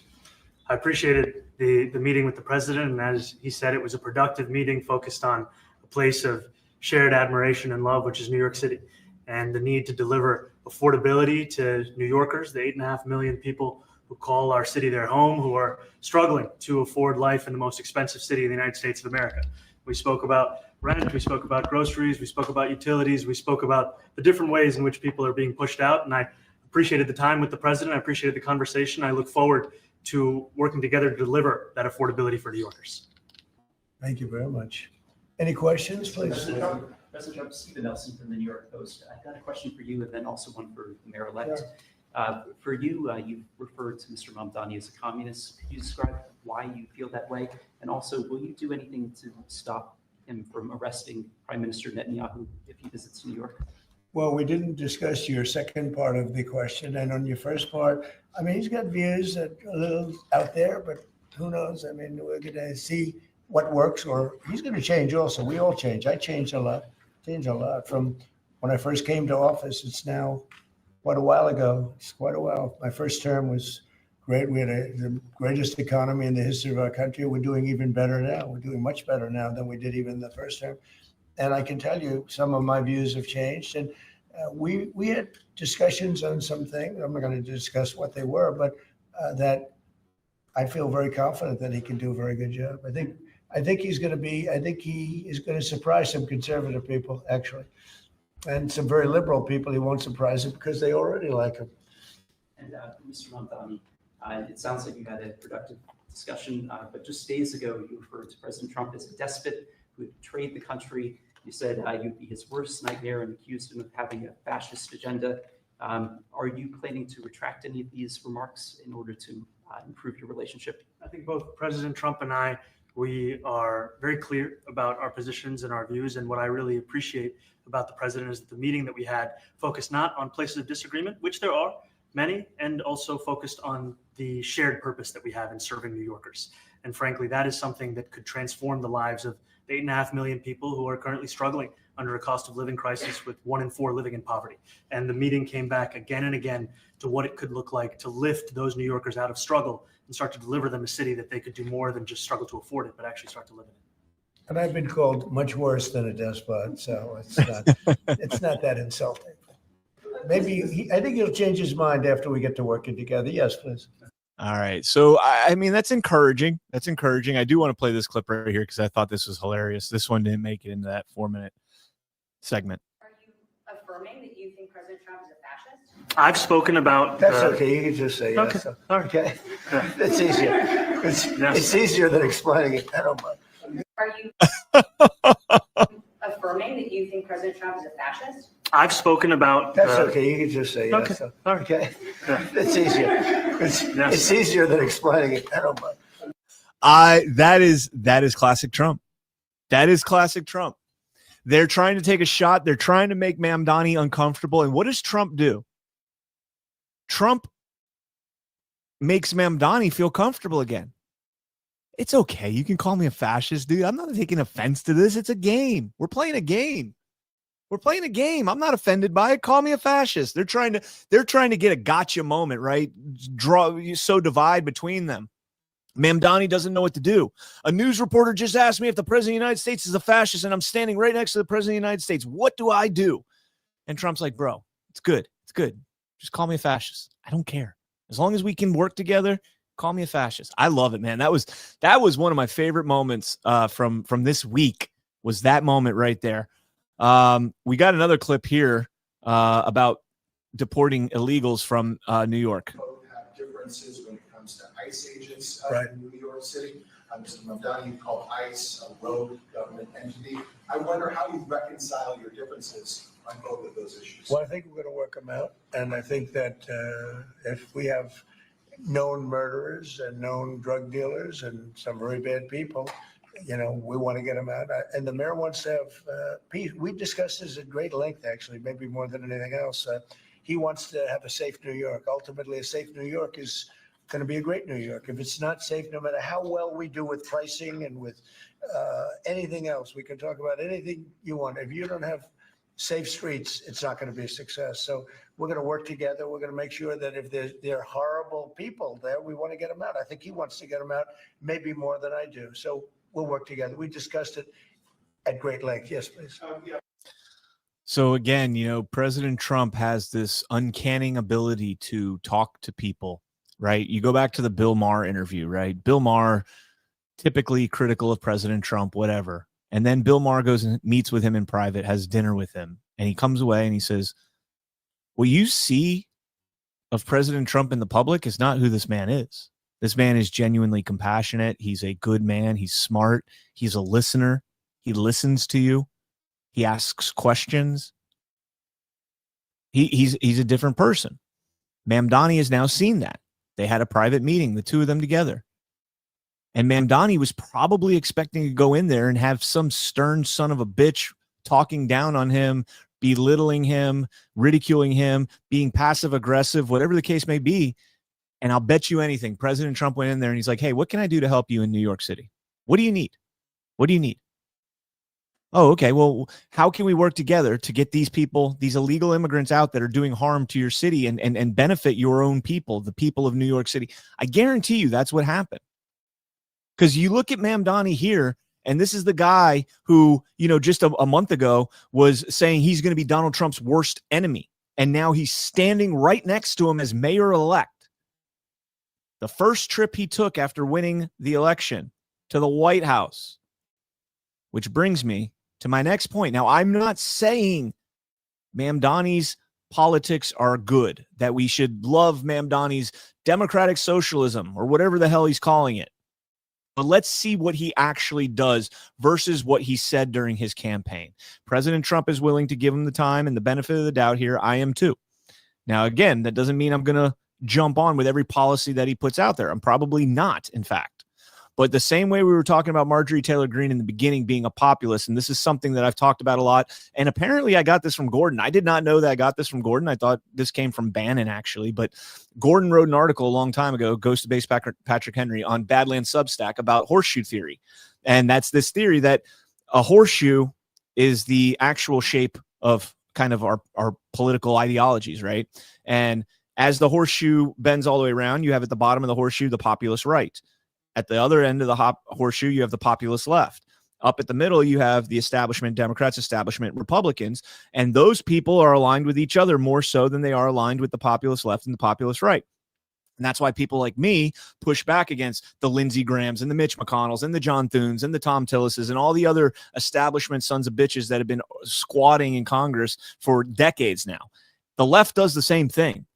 You have people on the left that do the same thing and push back against the Chuck Schumers and the Nancy Pelosi's and all the people that have been squatting there. Now, they're kind of a little more aligned with the Hakeem Jeffries and the AOCs and the Ro Khannas and some of these people, and that's fine. That's fine. Maybe not Hakeem, but with AOC, with Ro Khanna, these are people that if you talk to them about going after government, holding government accountable, getting back to constitutional processes, they would probably be more aligned with you than the establishment shills. And so that's kind of the horseshoe theory, is that the populist right is closer to the populist left than they are to the establishment GOP and the establishment Democrats. So using that theory and keeping that theory in mind, look at that perspective of what President Trump is saying when he has Mamdani in the Oval Office here. Hey, I've changed a lot as a candidate, and so I think the same thing's going to happen to Mamdani as he's a candidate. He's going to change a lot. And we've talked about this, he says. And so I'm not totally against this, but I'm also not, I'm still not a fan. But I do want to point this out. This is something else Gordon showed me. And keep in mind, right, we just went through the thing with Charlie Kirk. We've seen all sorts of, craziness coming out right now with Netanyahu, Israel, and all that stuff. This was the mayoral debate in New York City. And I don't know how many of you guys saw this, but watch this question. Mamdani's up there with all the other potential candidates. The first foreign visit by a mayor of New York is always considered significant. Where would you go first? Left to right, Ms. Adams. First visit, I would visit the Holy Land. Mr. Cuomo? Given the hostility and the anti-Semitism that has been shown in New York, I would go to Israel. Mr. Tilson, where would you go? Yeah, I'd make my 4th trip to Israel, followed by my 5th trip to Ukraine, 2 of our greatest allies fighting on the front lines of the global war on terror. Mr. Mamdani. I would stay in New York City. My plans are to address New Yorkers across the 5 boroughs and focus on that. Mr. Mamdani, can I just jump in? Would you visit Israel as mayor? I will be doing, as the mayor, I'll be standing up for Jewish New Yorkers, and I'll be meeting them wherever they are across the 5 boroughs, whether that's in their synagogues and temples or at their homes or at the subway platform, because ultimately we need to focus on delivering on their concerns. And just yes or no, do you believe in a Jewish state of Israel? I believe Israel has the right to exist. Not as a Jewish state? As a state with equal rights. He won't, Okay. he Not won't as a say it Jewish has a state. right to exist as a Jewish state. Be very And clear his on answer was no, he won't visit Israel. I said that. That's what he was trying to say. Unlike you, I answer questions very directly. My goal would be to take my first trip to Israel. My wife's life work in this area means a lot to our family. The one guy they didn't show there said he would go to Jamaica because he's Jamaican. Every other person there, I would go to Israel. That's my first trip as mayor of New York. What the hell does the mayor of New York have to go to Israel for? And why are they, guys, you might not like him. Mamdani gave the right answer. I'm not going to Israel. I'm staying here in New York. I'm getting to work. The people elected me. I'm getting to work. I'm going. Sure, I'll reach out to my Jewish constituents. I'll meet them on the streets. I'll meet them in the 5 boroughs. I'll meet them in the synagogues and the mosques, or not mosques, the temples. That's where I'm going. Do you and then the attacks? Do you believe Israel has the right to exist? Holy shit, that's a mayoral race in an American city. That's how bad it's gotten. And in case you guys didn't see this, this is the mayor that's currently leaving office, and I actually like this mayor to an extent. My male team here in Israel. And as I finish, I wanted to come back here to Israel and let you know that I serve you as the mayor, but I want to continue to have the title that's more important to me than anything. I'm your brother. Thank you. I'm your brother. I served you. I served Israel as mayor of New York City in America. Okay. And I want to continue to serve you as your brother. Are you fucking kidding me? I'm sorry. Am I going to get labeled an anti-Semite because I don't think that a mayor for a city in the United States should be compelled to take their first trip over to Israel and kiss the wall and take the money and come back over here and cash the shekels in? Yeah, that's not me, man. I just think that that's insanely retarded. Insanely retarded. Before we move on, I want to talk about another sponsor here, guys. And this one hits home, man. All right, let's jump into this. I want to share with you guys a quick story about a farming family that supports this channel. 8 years ago, they had a brother return from Afghanistan with significant injuries. They watched as he became a shell of his former self and struggled a lot with health. We can't share his exact story because of FDA restrictions, but friends kept suggesting CBD, so they tried dozens of CBD products, but nothing helped. Out of frustration, they began to create their own. They started by making it with help from family and friends and have CBD to help. So family and friends had CBD that they knew was clean and powerful as possible. A doctor started asking to carry it, and then it took off. Now they speak at medical conventions and they help others across the United States. While most companies have 1 to 10 compounds in CBD oil, theirs has up to 50. They have 8 things that make them different. They make balms, gummies, pet products, etc. They're called Emerald Med, and you should check these guys out. If you get their CBD and you don't notice a big difference, they'll actually give you a full refund. A full refund. If you want to support a company that supports our channel and free speech with marketing dollars, and you need a source for CBD that's real, they're running an early Black Friday deal. You can click the link below and try Emerald Med 40% off today. Get extreme muscle and joint relief, support quality sleep, or even daytime calm. They're worth a try at least once. Just give them a click below and use the promo code. Use the code for 40% off up to 2 items. And, I'll say this about that. I can relate to the story in the beginning there. It's a very personal story for me, very similar story to me, and it's pretty badass to hear somebody being able to successfully get themselves out of the funk and avoid the big pharma medications that they like to force down our throats as combat vets and veterans. And so, give them a try, and they're going to be in a lot of trouble. The links above. They got to do really well right now because there's a battle coming down for the cannabis, the THC and CBD ban in the omnibus bill that they just passed. They banned it. THC derived from hemp. So it's going to hurt these guys and their businesses, a lot of these companies that have been selling CBD. So stock up now and 40% off. Good deal right there. Let's jump into hold on, there was something I wanted to address in the chat. Where'd it go? Frog Monkey said he was awful, and I'm sure that's talking about Eric Adams. Yeah, I don't disagree with that. I'm not saying he was a good mayor or anything. I liked the guy. I liked Eric Adams. Former cop, was not afraid to stand up when he needed to, but also apparently is a big shill. So yeah, I don't know enough to like endorse him or support him or anything like that. I'm just saying I thought I liked Eric Adams, but yeah. Let's jump into the big event at the White House. And just for comparison, well, we'll play the introduction first. So this was the welcome that Mohammed bin Salman, Crown Prince of Saudi Arabia, got from President Trump at the White House.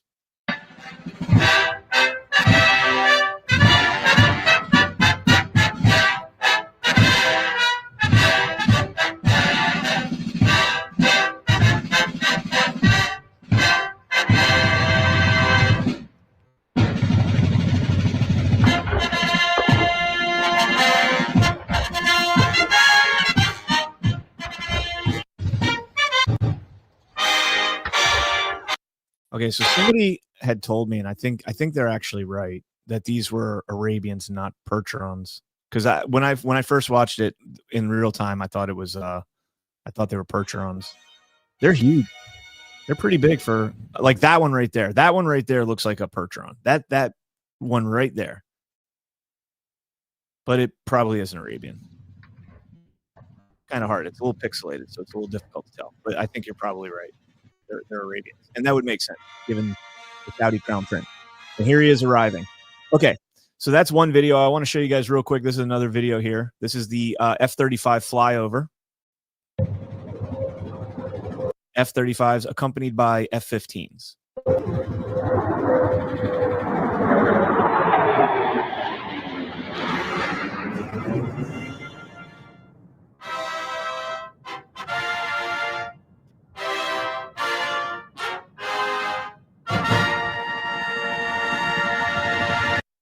Now, why am I showing you this?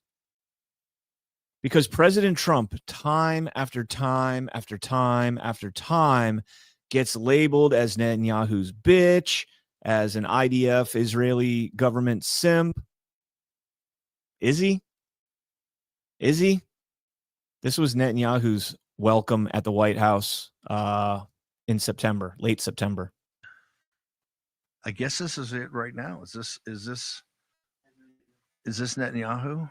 There's no color guard. I've never seen. There is a Marine that's always outside. And there's the president of the United States. And I'll ask Brian, but I've never seen it. I've never seen this without the colors in a color guard. It's pretty interesting difference. Pretty interesting difference. Cake day. Happy birthday, Brian. Thank you guys all so much for the birthday wishes throughout the show. You guys are awesome. Got a little almost 500 people watching too. That's excellent. And then we got 70 over on YouTube. YouTube's been rough to me, man. YouTube has been rough to me. Very rough. It's like hard to get growing on there. But he's putting up like 10,000 new followers a month and all that. And I'm losing them. I don't know. Maybe I don't do enough videos like him. He's back in the old form, right? Like him and Nick are putting videos up at the cyclic rate. And I'm just over here like one or two a week. So the MBS thing was fascinating, man. President Trump announced Saudi Arabia as a major non-NATO ally. That's a big deal. That is a big deal. He also signed the 123 nuclear agreement, allowing the Saudis to start getting bids for nuclear power, not nuclear warheads, but like nuclear plants. And that's going to be key. You know, I talked a couple weeks ago about the President Trump saying we're going to go back to testing nuclear weapons on the same scale as Russia. And everybody freaked out about that. But then you go and actually look at what Russia was testing, and they were testing nuclear weapons they were testing intercontinental ballistic missiles and drones that were powered by nuclear reactors, not nuclear, warheads. So they weren't detonating nukes. They were testing drones that could be piloted underwater at 120 miles an hour. That's fast to be underwater. That's crazy fast. But nuclear powered. So they can do that for like weeks. These little nukes that are 500, little nuclear reactors are like 500 pounds, size of a car engine. Imagine that when like nuclear energy. And General Steve Quast was on Sean Ryan's show. I played this clip as well. And he says that, the nuclear reactors are safer than your couch by comparison, not per capita, but per capita. That they're relatively safe. They're becoming safer and safer and safer. And I think we're going to see the day very soon where nuclear power is going to replace oil in a large scale. And that's one of the reasons why I think Saudis are pivoting so hard, is because they know that their oil wealth is going to be dried up at some point. It's never always going to go away. We're always going to need oil, I think, or at least in our lifetimes and probably many lifetimes to come. But they're going to realize they're realizing that the dependency on oil is dramatically dropping, and it's going to move towards nuclear power. General Quast on that show was talking about being able to essentially pull radio waves from space and convert them into energy. And that's what, he's working on. Well, they're working on right now, is being able to convert that into energy. All sorts of things that are going to happen, man. This is truly the golden age that we are moving into. And there's going to be more sovereignty and less dependency on a lot of, government. There's going to be a lot less government dependency. All right, that is going to wrap up the news part. Let me jump into, I know we got quite a few rants here. Again, thank you guys all so much. Hugely appreciate this. Let me pull these up. And guys, if you haven't done so and you're on Rumble, can you jump over to YouTube and give me a subscribe over there? Make sure that YouTube's not just like flat out taking away subscriptions over there. Dixie Bell, happy birthday, CanCon. Thank you so much. I read some of these, but I'll reread them. Susan VN, $10. Happy birthday. Thank you so much. Super Buff Shaft, happy birthday, beer. On a side note, why is Gateway Pundit and others on our side not help the people that did the Arizona audit? It needs exposure. I just don't get it. And then the Give, Send, Go. If you guys want to donate, givesendgo.com/save the evidence 2020. Like I said, Super Buff, I just need to know more about the people that are running it. And I would like to be able to discuss it with them before I promote something like that. Cause that was off my radar. And, I know Jordan keeps tabs on Arizona, and if he hasn't said anything about it, I just want to know before I, go hard on promoting that. So $5 a dig. Happy birthday, Brian. Thanks for bringing us the news. You're welcome. Thank you for the birthday wish. Kitsko, good to see you, Kitsko. Happy birthday. Pulling a double header today. Have a great day after doing a great job. I am going from here to my brother's football game, and then we might do the date night if I can convince Christy. I think she's in the room next door. So $10, David McKinney. CanCon, do you have an opinion on Jovan's work? I have not read his work because he's been teasing this report for like 5 years. He's never put it out. And so, no, I don't have an opinion on his work. Jacob 45 Allen, $20. Happy birthday. Thank you so much. Denise Ann, happy birthday, Brian. Have a blessed day. Thank you, Denise. And go Pack Go. And let me just jump over to, I'm not monetized on YouTube, so I'm just going to jump over here real quick and just scroll the chat. Let's see what we got. Dawn's blowing up the chat. All right. I never get notifications for Bahizzy George. YouTube has deleted a lot of people I'm subbed to. Yep. They're deleting my subs like crazy. I'm telling you. I did get somebody Venmo'd me. Marcy Serve says $25. Happy birthday. Oop. Hey. Oh, my phone went dead. Well, my phone just went dead. So I know you said happy birthday, and here's for Taco Bell. So thank you so much, Marcy. I deeply appreciate that as well. And let's see. I don't think we got anything else.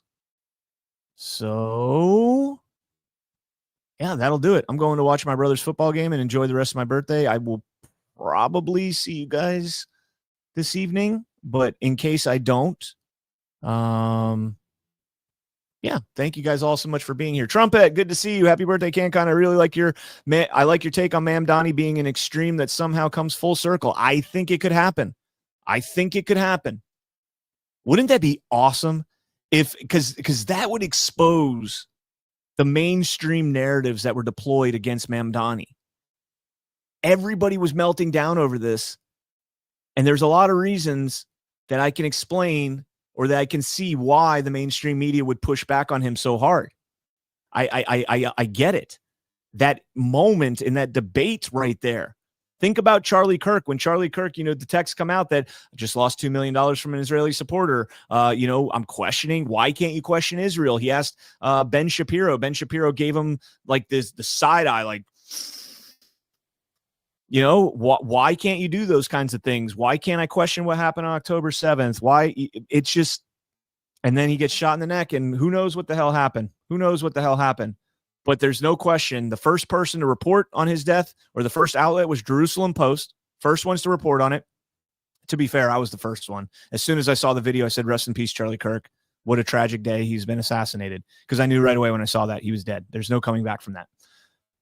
But Jerusalem Post was the official to first report on it. Then Netanyahu comes out and addresses like 4 times, including right away, we had nothing to do with it. And then like 4 times after that, the rumors that we had something to do with it are bogus and ridiculous. Like, are you serious? So I got a lot of concerns. And the way Ma'am Donnie gave the right answer in that debate, that I would stay home, I don't know. We'll see. All right, guys. That's all I've got for you today. Stay frosty. God bless each and every one of you. God bless America. Make the fortune cookie country pay for this.